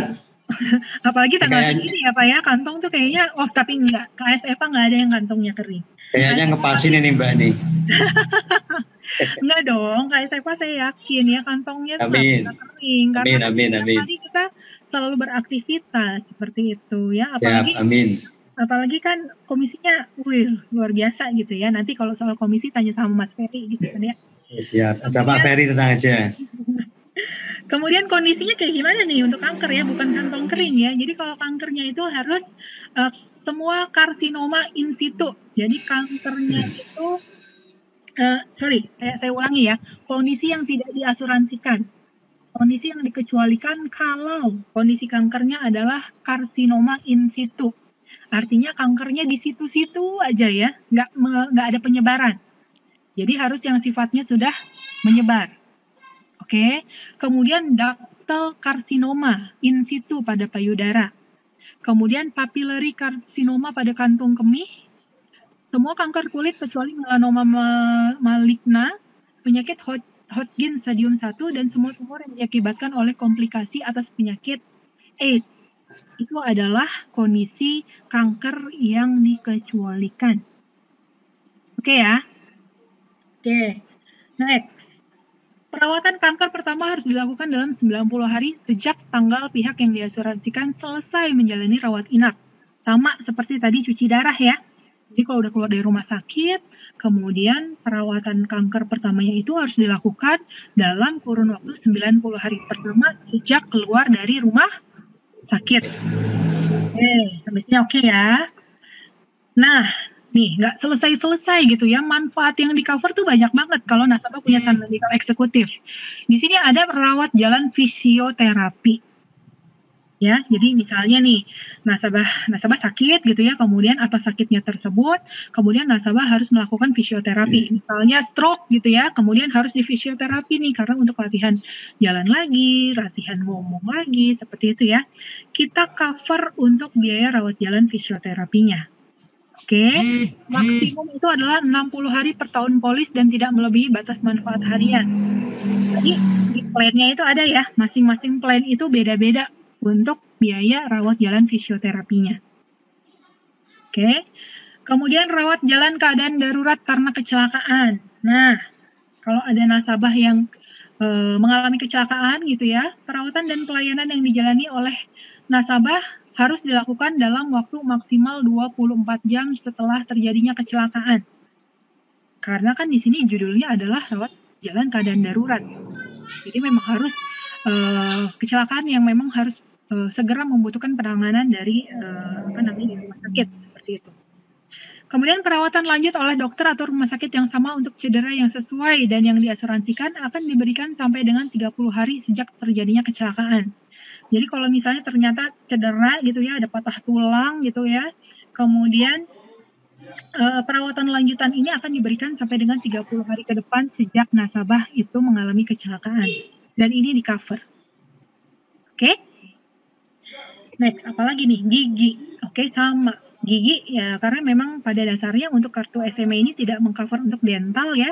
Tapi kalau misalnya keadaan daruratnya itu karena kecelakaan, jadi misalnya kecelakaan, kemudian giginya harus bedah dan segala macam gitu ya. Ini nasabah boleh mengajukan biaya perawatan rawat jalannya. Gitu. Tapi nggak bisa nih yang tiba-tiba Pak Yulian gitu ya Pak ke dokter gigi mau tindakan estetika seperti itu nggak bisa ya Pak. Karena memang kartu SMA ini tidak mengcover untuk dental seperti itu. Tadi ya. Saya cari dulu nih sumber suaranya ada di mana ya. Saya mau mute dulu ya. Sebentar. Saya mute dulu. Sip. Nah, oke. Ini yang terakhir ada santunan kematian karena kecelakaan nih teman-teman. Ya, jadi kalau nasabah punya kartu kesehatan Sun Medical Eksekutif, kemudian nasabah meninggal dunia karena kecelakaan, maka akan ada santunan asuransi tambahan. Ya, dengan ketentuan, jika pihak yang diasuransikan meninggal dunia karena kecelakaan dalam waktu 90 hari sejak kecelakaan terjadi, maka santunan kematian karena kecelakaan akan dibayarkan kepada penerima manfaat. Jadi, meninggalnya gitu ya, nih kalau boleh saya pakai bahasa yang sederhana gitu ya, meninggalnya hanya harus terjadi dalam waktu 90 hari pertama sejak kecelakaan. Kalau misalnya meninggal di hari ke-91, ya mohon maaf gitu ya, kita tidak bisa memberikan untuk santunan tambahan meninggal dunia karena kecelakaannya. Seperti itu. Oke, Kemudian, oke, ya di sini teman-teman ada perubahan manfaat asuransi tambahan. Oke, jadi kalau misalnya mau ubah plan boleh nggak? Boleh, ya. Ubah plan ini boleh dilakukan saat ulang tahun polis. Jadi perubahan manfaat asuransi tambahan dapat dilakukan berupa pemilihan nilai manfaat penggantian biaya rawat inap yang lebih besar atau lebih kecil dan akan mengubah nilai manfaat lainnya yang diasuransikan. Jadi kalau naik kelas boleh, naik plan boleh, turun plan juga boleh ya. Jadi memang ini fleksibel banget nih kartu kesehatannya sesuai dengan kebutuhan nasabah. Setiap perubahan kemanfaat asuransi tambahan baru yang memberikan manfaat asuransi tambahan lebih besar, oke, catatan. Jadi kalau misalnya nasabah itu naik plan, katakanlah sekarang plannya A, naik plan jadi plan C, maka akan berlaku masa tunggu 30 hari.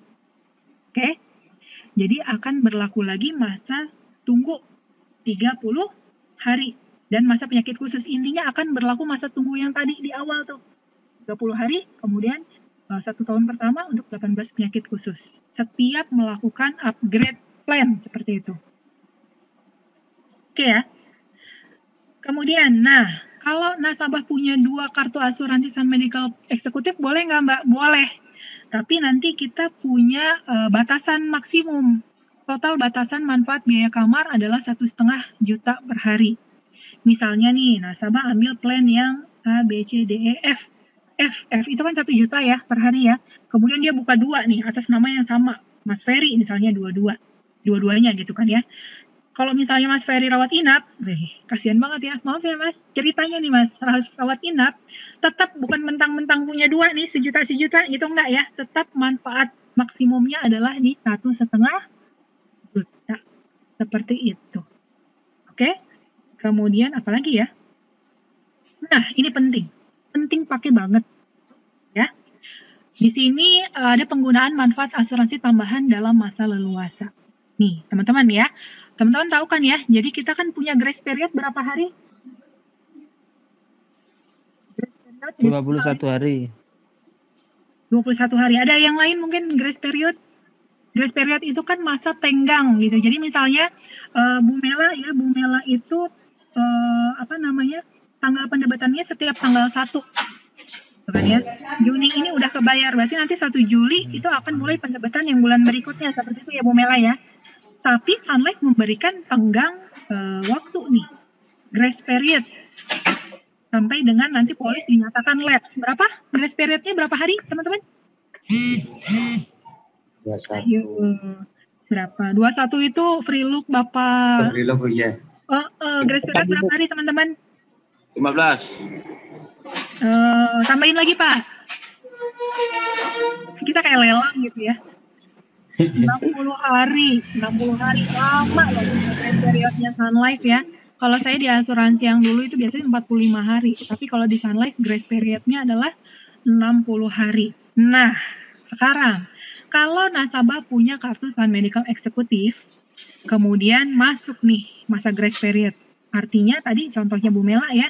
Bu Mela nanti kan didebat tiap tanggal 1 ya Bu, tanggal 1 Juni kelewatan nih. Sampai dengan 10 Juni Bu Mela baru bayar lagi gitu ya Bu ya. Maka apabila polis memasuki masa leluasa, ya nasabah itu nggak bisa cashless nih teman-teman. Secara perlindungan masih kita lindungi gitu ya, tapi nasabah tidak bisa menggunakan kartunya secara cashless. Artinya nasabah harus bayar dulu sendiri, baru nanti di-reimburse ke kita. Karena sudah masuk masa leluasa.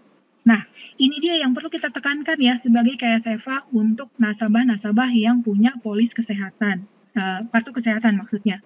Mau itu Sun Medical Eksekutif atau Sun Medical Platinum, nasabah wajib bayar sesuai dengan tanggal pendebatan yang sudah ditetapkan. Karena begitu masuk masa leluasa, ya nasabah ini kartunya akan otomatis nonaktif. Bukan berarti nasabah nggak bisa dapat perlindungan ya, tetap dapat kita lindungi, cuman sistemnya adalah reimburse. Seperti itu.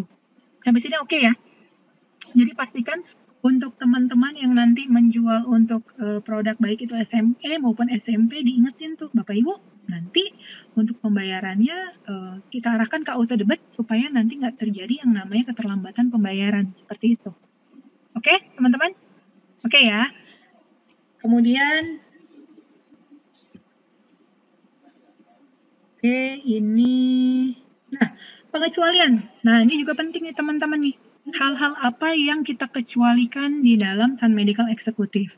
Pertama, ya, kondisi yang telah ada sebelumnya atau pre-existing condition. Jadi kalau nasabah sudah masuk atas penyakit yang sudah ada sebelumnya, penyakit tersebut akan kita kecualikan. Oke. Kemudian yang kedua, semua penyakit khusus dalam 12 bulan pertama.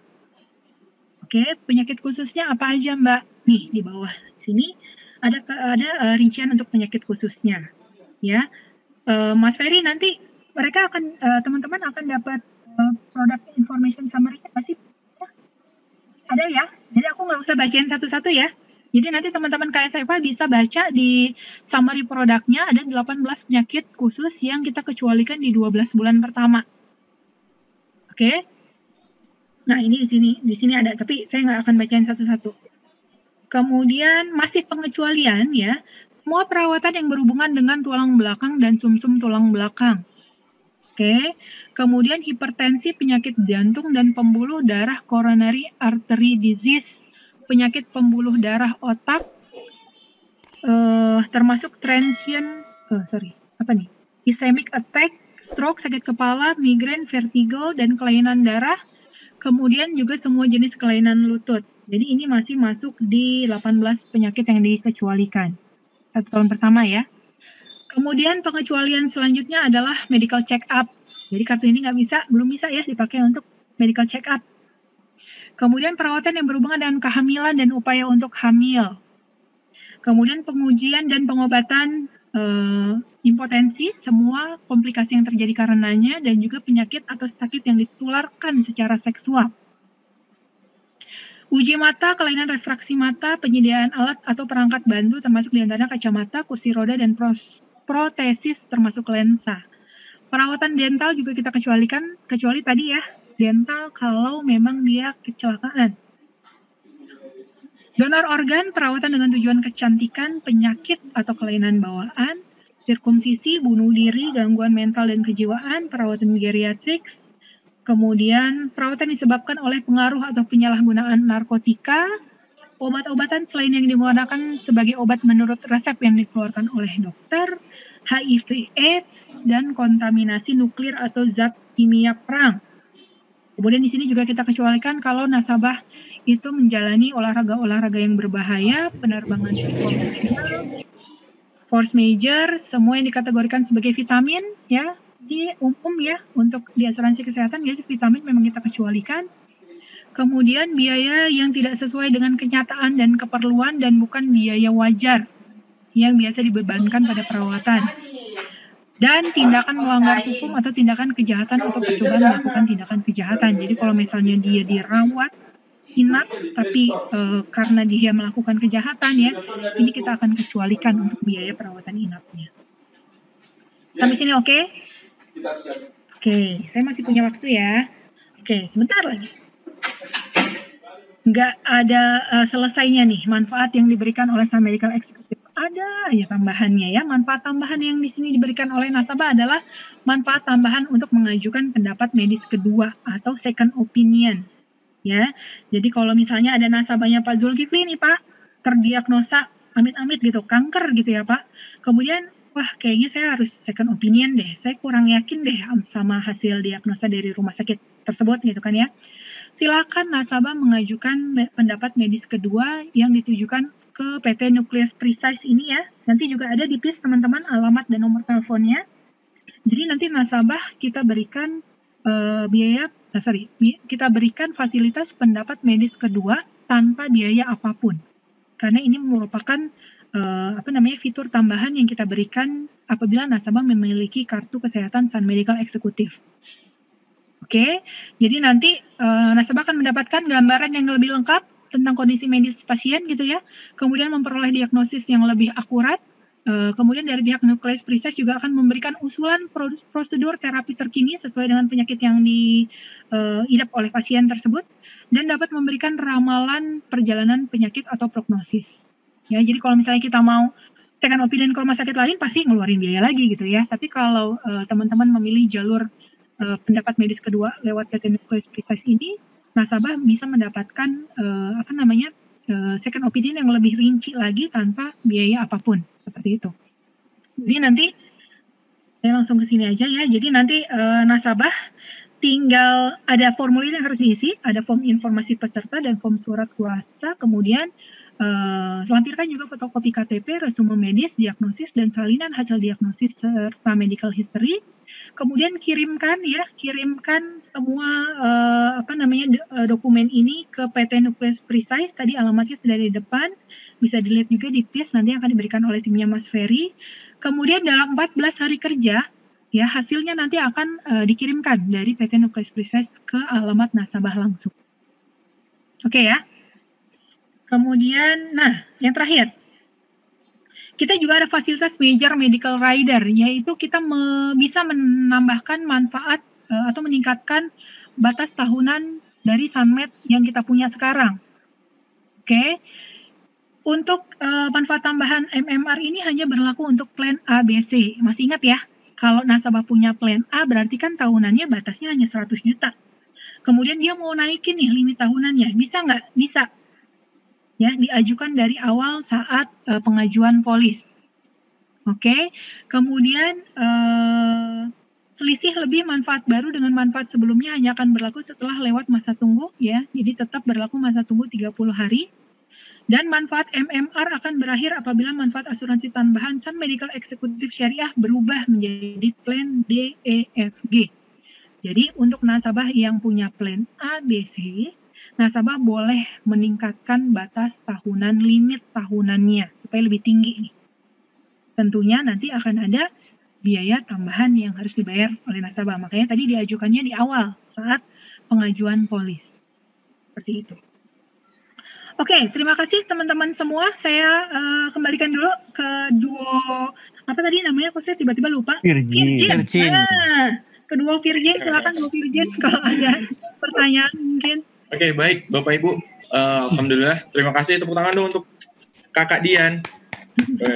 Terima kasih atas penjelasannya yang sangat luar biasa dan jelas sekali mengenai asuransi tambahan Sun Medical Executive. Baik, nah kita masih ada waktu Bapak Ibu untuk tanya jawab. Nah, agar lebih jelas lagi, lebih clear lagi mengenai asuransi tambahan Sun Medical Executive. Boleh, silakan. Bila ada Bapak Ibu yang mau bertanya, mau berdiskusi langsung dengan pakarnya nih, mumpung ada di sini. Mas Ferry. Boleh, Pak Husen, silakan Pak Husen. Silakan, boleh Pak Husen dulu. Ya. Nanti Pak Zul nanti ya. Semoga Onje siap. Waalaikumsalam. Jujur saja, setelah saya ikut SMP maupun SMES ini, saya jadi iri. Kenapa tuh Pak? Karena saya udah kadaluarsa. Tapi saya tetap simak karena untuk calon nasabah saya. Betul, mantap Pak. Jadi, untuk itu saya mau nanya, satu, dengan turunannya mungkin ada dua begitu. Pertama, tadi kan dikasih tahu bahwa kalau masuk di SMP maupun SMES ini harus ini sendiri kan, tidak inklusif dengan yang tujuh keutamaan itu yang baru kita masuk di KSCPA kan, itu. Jadi kira-kira itu batas untuk kita setelah kita jadi nasabah agent atau mereka jadi nasabah, terus untuk batas waktu untuk mengambil yang SMP maupun SMES itu gimana? Kira-kira berapa waktu itu, berapa lama? Itu saja yang untuk pertanyaan saya. Oke. Ya, saya iri lah, begitulah. Kemudian saya iri. Oke Kak Dian, mungkin yang tadi saya coba bantu resume ya. Boleh. Tadi mungkin Pak Husen agak yang lengkap itu soal ada yang namanya grace period, ada masa tunggu segala macam kan Kak. Nah kalau misalkan nasabah mau ambil produk ini, kalau untuk nasabah baru ada masa tunggu dulu atau misalkan bisa langsung diajukan di awal Kak? Boleh langsung diajukan di awal Pak Husen. Boleh diajukan di awal, Pak. Nanti masa tunggu itu berlaku kalau memang dia sudah jadi nasabah, kemudian kartunya ini ada masa tunggunya tadi yang 30 hari pertama gitu ya. 30 hari ya? Iya, 30 hari aja sih Pak masa tunggunya. Kemudian masa tunggu yang 1 tahun itu kan hanya untuk 18 penyakit khusus. Seperti itu. Oke, jadi kalau misalnya nasabahnya Pak Hussein nanti mau ambil produk BHS dan mau langsung mengajukan, boleh ya Kak Dian ya? Boleh banget. Ambil Jadi SME-nya, ambil iya, SMB-nya gitu. Kalian aja Pak pengajuannya nanti. Ya. Betul.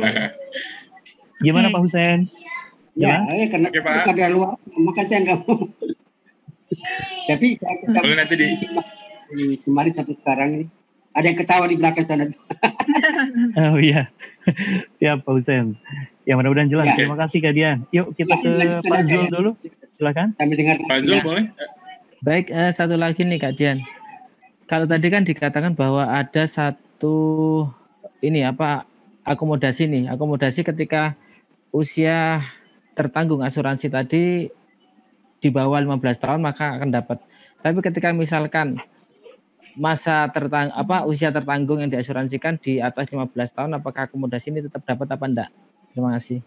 Ya, jadi memang sesuai dengan ketentuan produknya Pak, memang kita hanya akan memberikan biaya akomodasi untuk pendamping pasien di mana pasiennya sendiri berusia di bawah 15 tahun. Jadi kalau tentu saja kalau ketentuan di luar itu kita nggak cover seperti itu Pak Yulian.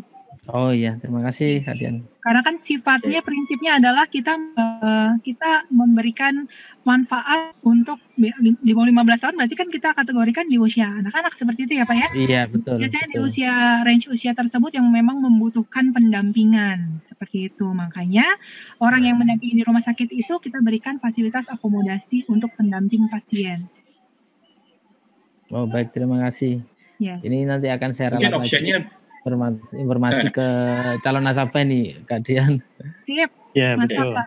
Kalau nasabahnya yang udah mungkin hot opsinya prospect, insya Allah. bisa ambil SMP ya Kak Dian ya. Kalau SMP itu betul. baik di bawah umur atau di atas umur 15 itu di cover semua Pak. Ada biaya akomodasi. Yang platinum. Ya, produk SMP Pak. Yang Asuransi platinum. tambahan Sun Medical Platinum. Nah, mungkin bisa Ya, diarahkan ke Mas sana. Ferry. Iya, terima kasih Mas Ferry. Oke, Pak Yulian. Pak Simply Resento Mas Ferry. Boleh silakan Oh, Pak oke. Simply. Bentar Pak. Coba dibuka dulu Pak mikrofonnya Pak.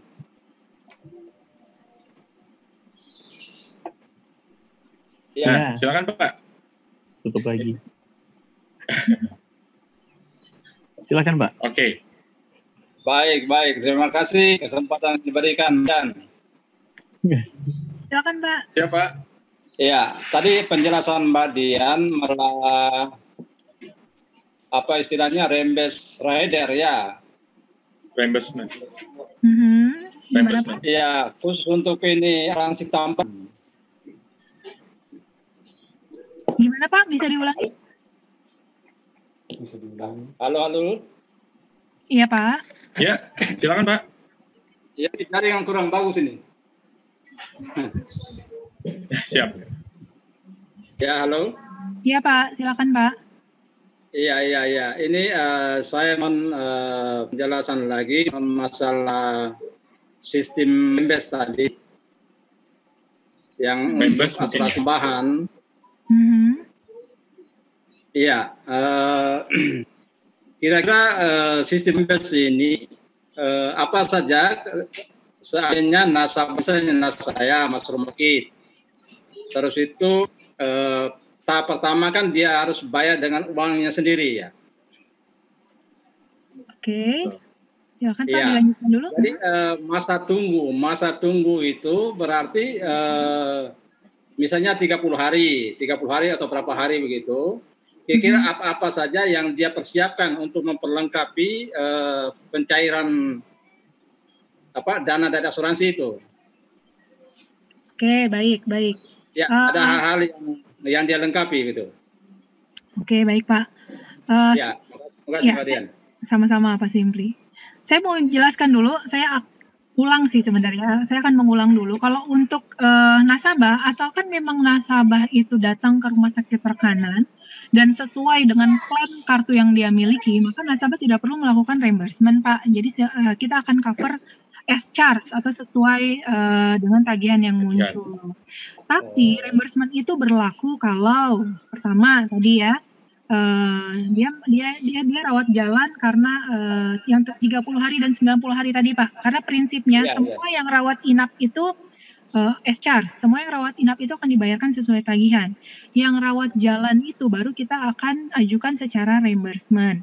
Contoh apa saja yang bisa diajukan secara reimbursement? Contoh kalau tadi nasabah sebelum dan sesudah rawat inap dia harus kontrol ke dokter seperti itu. Nah, pertanyaan selanjutnya, dokumen apa saja yang dibutuhkan? Seperti apa ya? Iya. Ini adalah nasabah mempersiapkan. Halo, suara saya jelas? Halo. Ya. Oke, jadi nasabah silahkan siapkan untuk kwitansi asli maupun kwitansi kopi tapi sudah legalisir. Oke Pak, jadi kita kasih 2 option ya. Boleh asli, boleh kopi yang dilegalisir. Kemudian nanti ada satu form yang harus diisi oleh nasabah.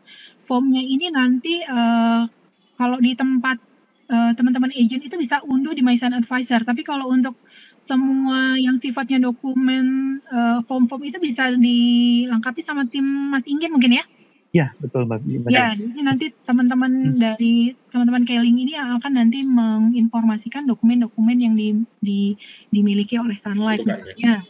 Ya, dokumen rawat jalan seperti itu, dokumen kemudian reimbursement untuk rawat jalan karena kecelakaan misalnya. Itu semua nanti silakan dokumennya itu ada di teman-teman Keling seperti itu, Pak. Jadi hanya membutuhkan kwitansi, kemudian pastinya ID yang berlaku dan nanti melampirkan dokumen yang dibutuhkan. Itu aja sih Pak Simri. Oke, siap Pak. Makasih. Sama-sama Pak. Tapi Pak, ingat ya Pak, selama memang nasabah itu menjalani rawat inap di rumah sakit rekanan dan sesuai plan, itu nasabah nggak reimburse Pak. Kita akan bayarkan sesuai dengan charge ya? Seperti itu. Baik, makasih lagi. Terima kasih Pak. Ya, sama-sama. Thank you Pak Simri. Boleh Bapak Ibu yang lainnya? Ke Pak Kris kayaknya mau tanya, silakan. Pak Kris ya. Pak Kris. Silakan Pak Kris. Iya, ini selalu bertanya ini, Pak. Gak apa-apa Pak Kris, aman. Iya. Sesat di jalan, Pak. Betul, ini kebetulan tadi malam kan saya jalan sama Pak Jo untuk prospek atau nawarin ke asuransinya. Nah, dari hasil semalam itu kita ditanya, Mas, misalkan nanti saya sudah jadi nasabah asuransi, kemudian saya sakit. Nah, itu cara bayarnya bagaimana? Apakah kita nanti dikasih kartu khusus dari sana untuk kita seperti ATM gesek di rumah sakit atau bagaimana? Nah, itu yang semalam ditanyakan gitu. Terima kasih. Oke. Silakan. Saya jawab ya. Jadi nanti kartu itu akan dikirimkan berbarengan dengan polis, Pak. Jadi polis plus kartu asuransinya. Jadi kalau misalnya tadi kartu asuransi Sun Medical Executive warnanya hijau seperti yang tadi sempat saya tampilkan tuh Pak, seperti itu. Kemudian mulai dari polis terbit sampai dengan ke 30 hari pertama itu kan tadi polisnya kartunya masih belum aktif ya. Tapi after 30 hari nasabah mau pakai gitu ya, kemudian nasabah harus rawat inap, itu silakan Pak. Boleh dipakai. Jadi memang nanti nasabah akan dapat kartu provider kita Admedica, nanti pihak rumah sakit akan berkoordinasi dengan kita punya provider kita yaitu Admedica. Seperti itu. Tinggal diperlihatkan ke pihak rumah sakit gitu ya? Betul. Nanti biasanya akan disuap sama pihak rumah sakitnya, kemudian di situ akan ada limitnya berapa, kemudian manfaat yang dibayarkan apa saja, seperti itu Pak. Oh iya. Oke. Jadi simple, mudah ya Kadian ya. Boleh. Oh, Mas Rudi mau nambahin mungkin? Iya. Oh iya, boleh silakan. Teman-teman, untuk masa tunggu 30 hari itu tidak berlaku untuk kasus kecelakaan. Iya. Ya, itu 30 hari hanya untuk kasus sakit. Jadi kalaupun misalkan baru 1 minggu dia jadi nasabah, kemudian dia kecelakaan dan memang harus rawat inap di rumah sakit, itu bisa langsung digunakan. Ya. Iya, betul sekali. Terima kasih banyak Mas Rudi. Terima kasih Mas Rudi. Ya. Sama nambah lagi Pak. Silakan. Boleh silakan Pak Kris. Tadi kan ada beberapa penyakit yang dikecualikan di 12 bulan pertama ya. Bulan pertama. Ya. Kemudian tadi kalau saya nggak salah, berarti setelah lewat masa 12 bulan itu apakah penyakit yang dikecualikan tadi bisa di-cover setelah bulan ke-13 dan selanjutnya? Ya, oke. Pak Kris, ini hanya akan kita kecualikan di 12 bulan pertama saja, Pak. Jadi kalau sudah masuk ke bulan ke-13, si 18 penyakit kritis ini akan hilang, terhempas dia gitu ya. Berarti bisa di-cover semua ya? Iya, istilahnya nasabah mau sakit apapun, silahkan deh, boleh aja gitu. Karena memang sudah tidak ada lagi pengecualian. Tapi Pak, berlaku untuk investigasi ya Pak ya. Jadi asuransi berhak untuk menyelidiki gitu ya. Iya. Betul, seperti itu. Iya. Dengan catatan kondisi itu bukan masuk dalam kategori pre-existing condition. Ya. Jadi kalau dia ternyata masuk kategori pre-existing condition, sampai kapanpun dia tidak bisa di-cover. Ya. Itu tadi sesuai dengan tadi pengecualian yang sudah kita bahas, itu memang akan dikecualikan dari awal saat pengajuan. Seperti itu. Iya. Oke, aman? Ada lagi? Aman. Silakan Bapak Ibu. Ya. Yang ingin bertanya, boleh? Iya, yang misalkan tadi kan ada plan A sampai G ya. Berarti untuk pemilihan plan itu disesuaikan dari jumlah pembayaran nasabah dari sejak awal ya. Jadi kalau misalkan saya bayarnya 1 juta, berarti maksimalnya di plan misalkan di kamarnya perharinya sekian, itu udah ada pilihan ya? Iya, tapi kalau saya pendekatannya sih lebih ke manfaat apa yang nasabah inginkan dulu Pak.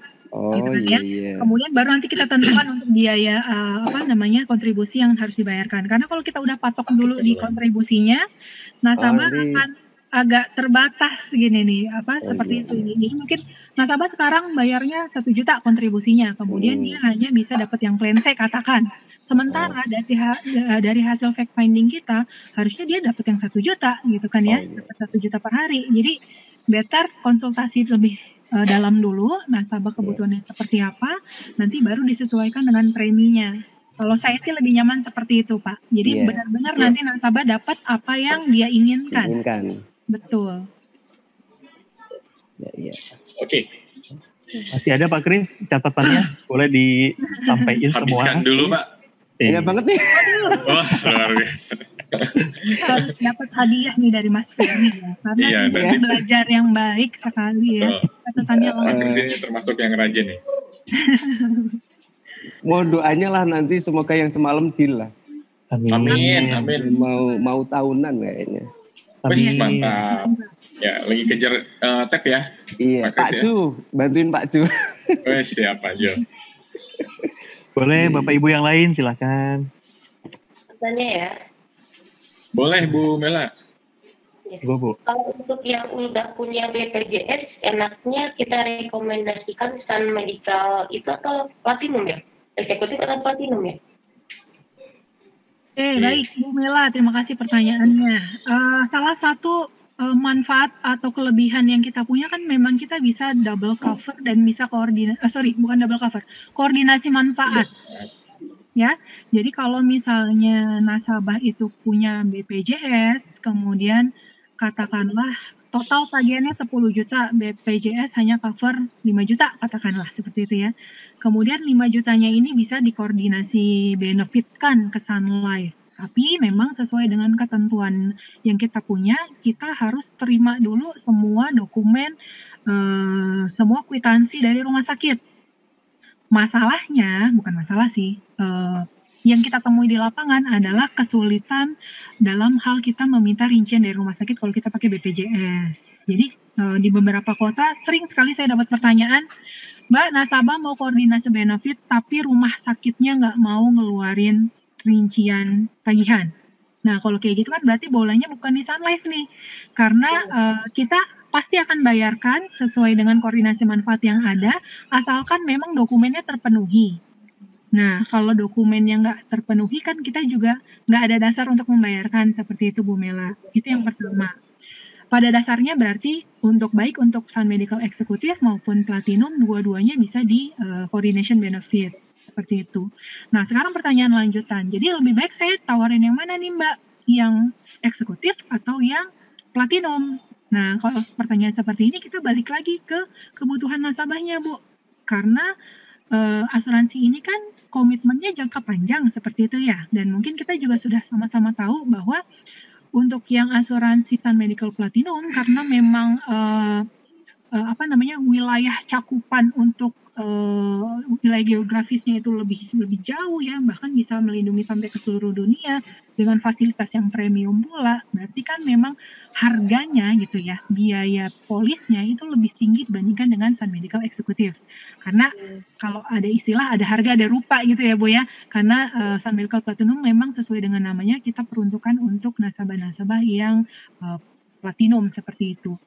Nah, sekarang silakan Ibu balik ke nasabahnya, Ibu sesuaikan dengan kebutuhan nasabahnya, pastikan nasabah mendapatkan sesuai dengan manfaat yang dia inginkan, dan juga nasabah bisa membayar dalam jangka waktu yang lama, Bu. Karena memang kita harus ngomong dari awal nih, Bu, yang namanya asuransi nggak bisa setahun 2 tahun, jadi komitmennya memang jangka panjang. Pastikan memang nasabah bisa berkomitmen dengan apa yang nasabah inginkan, seperti itu. Jadi kalau nanya ya Bu ya, kalau nanya sih saya pengennya semua nasabahnya Sun Life dapat Sun Medical Platinum karena memang nggak main-main gitu ya manfaat yang kita berikan. Cuman kan masing-masing nasabah punya kemampuan dan juga kebutuhan yang berbeda-beda seperti itu. Kalau misalnya gini, ada orang yang pakai BPJS dia kelas A ya, yang 500 ribuan. Sedangkan dia yang di eksekutif tuh, medical eksekutif tuh dia yang paling kecil itu 200 tuh kelas apa ya? Kelas G ya? A ya? Gitu. Tapi dia ambil BPJS yang kelas 1, yang 500 ribuan. Nah itu gimana tuh klaimnya tuh? Kalau memang sudah 100% dibayarkan oleh BPJS, berarti nggak ada lagi biaya yang bisa dikoordinasikan ke Sun Life kan Bu? Jadi memang totally 100% ditanggung sama BPJS. Oh, biasanya sih Bu, biasanya sih. Nggak ada itunya ya, reimbursement, jadi kita nggak terima uang dari Sun Life ya? Nggak ada Bu. Kecuali nasabah ambil yang namanya, ini beda lagi, produknya namanya HISR, jadi Hospital Income and Surgical Rider. Kalau nasabah punya HISR itu kita akan hitung berdasarkan hari jumlah dia dirawat. Tapi kalau Sun Medical Executive ini nggak ada fitur HISR di dalamnya Bu.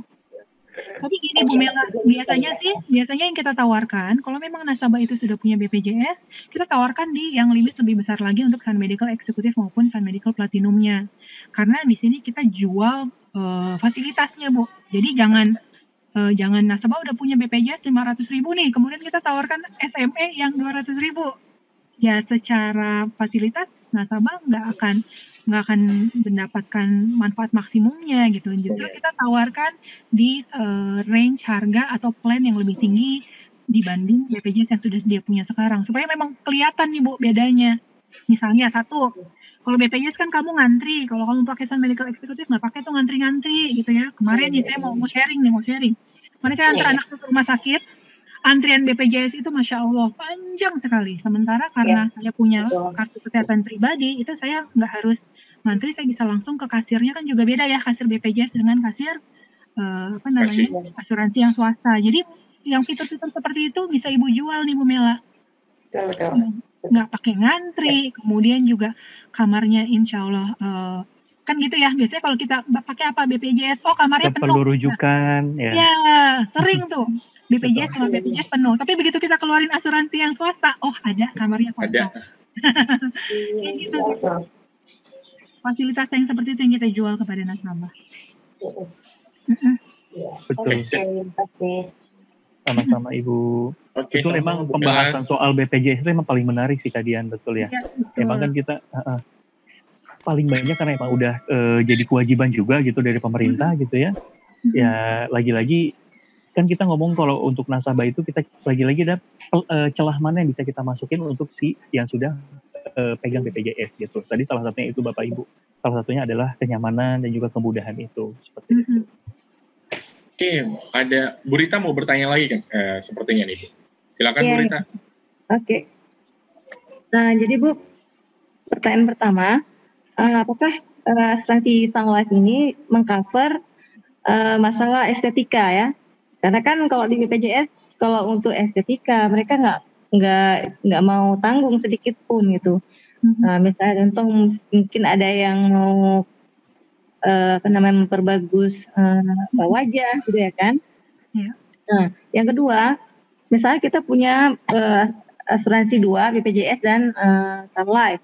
Tapi waktu kita dirawat, kita nggak mau menggunakan BPJS. Kita tawarkan, ajukan kartu Sun Life. Itu apakah di situ juga Sun Life memperhitungkan pembayaran perkongsian dengan BPJS atau memang langsung ditangani oleh Sun Life? Gitu Bu. Terima kasih. Baik, Bu Rita. Untuk pertanyaan pertama tadi sudah ada di pengecualian ya Bu, sudah saya bayarkan, sudah saya bacakan. Estetika itu termasuk yang dikecualikan Bu Rita. Ya, jadi untuk udah kita bersyukur aja dengan apa yang sudah kita dianugerahkan Allah kepada kita gitu ya. Karena memang yang sifatnya estetika baik itu wajah, dental maupun tubuh itu tidak di cover alias dikecualikan. Kemudian yang kedua, kalau misalnya nasabah punya BPJS, punya Sun Life, kemudian rawat inap pakainya asuransi Sun Life. Nah, di sini kita udah nggak ada lagi koordinasi dengan BPJS, Bu. Jadi memang nanti semua biaya yang timbul itu akan menjadi tanggung jawabnya Sun Life selama memang masih masuk di dalam plan-nya. Seperti itu. Oh gitu. Terus Bu, begini kan bukan estetika itu kan bukan hanya untuk kita mempercantik wajah, tapi terkadang kita untuk memeriksakan gigi kita sebulan sekali seperti anjuran dokter itu kan kesehatan juga. Tapi di dalam BPJS itu tidak ditanggung, mungkin dianggap hanya sebagai estetika. Tapi kan itu misalnya bukan estetika ya, itu untuk perawatan gitu. Itu kalau Sun Life mengakomodir tidak? Sama Ibu, untuk dental juga kita kecualikan, tapi nanti kalau memang nasabah ada yang ingin di-cover untuk dental, itu bisa diarahkan di Sun Medical Platinum, kemudian menambah lagi subrider-nya, subrider rawat jalan gigi.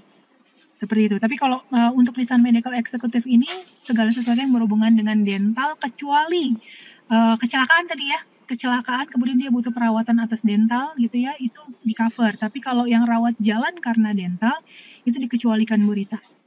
Atau bahkan untuk cabut gigi pun tidak di-cover? Tidak, Bu. Ya, baik. Karena biasanya kalau yang dental itu dia memang ada subrider-nya lagi. Jadi kita ambil dulu nih yang asuransi tambahan dasarnya, kemudian nambah lagi untuk yang dental. Tapi kalau untuk Sun Medical Executive belum bisa ditambahkan untuk rawat jalan gigi, hanya di Sun Medical Platinum Bu, yang sudah ada tambahan untuk rawat jalan dental. Iya, oke. Makasih. Sama-sama Ibu. Sama-sama Ibu. Seru ya? Makin seru emang Mas pertanyaan itu. Betul. Silakan Bapak Ibu, Pak Husen lagi mau? Saya coba buka.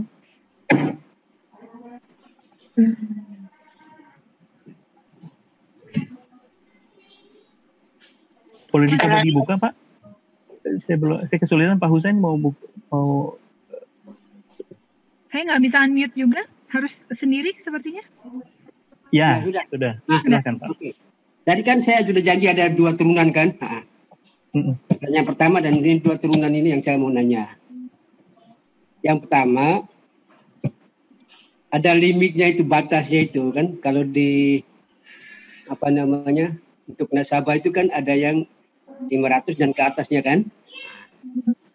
Itu yang pertama. Yang kedua, di sini di SMP maupun SMES ini ada batasnya nggak gitu? Takutnya kalau umpamanya dia tadi mau yang asuransi murninya itu dengan yang batasnya itu 500. Nah, terus kita tawar yang SMP maupun SMS itu kan di atas 500 kan pasti dia agak sedikit ini kan? Karena bahwa yang utama itu kan cuma 500, kenapa yang ini jadi di atas 500? Itu yang pertama. Yang kedua, kalau seandainya kan di itu asuransi itu kan kalau umpamanya dia tidak pernah ambil itu sampai dengan masanya berakhir itu kan ada dana walaupun investasi maupun dana itu kan dikembalikan.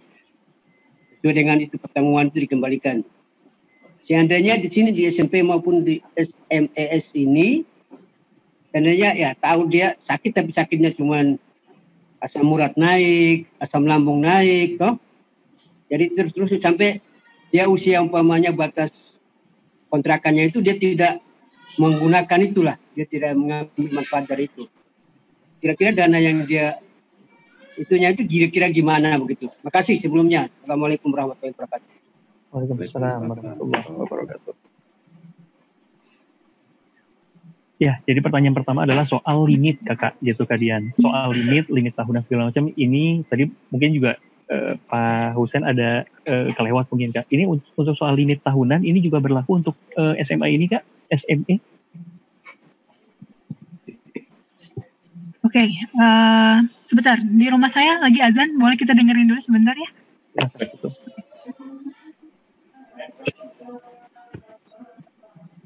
Oke, siap.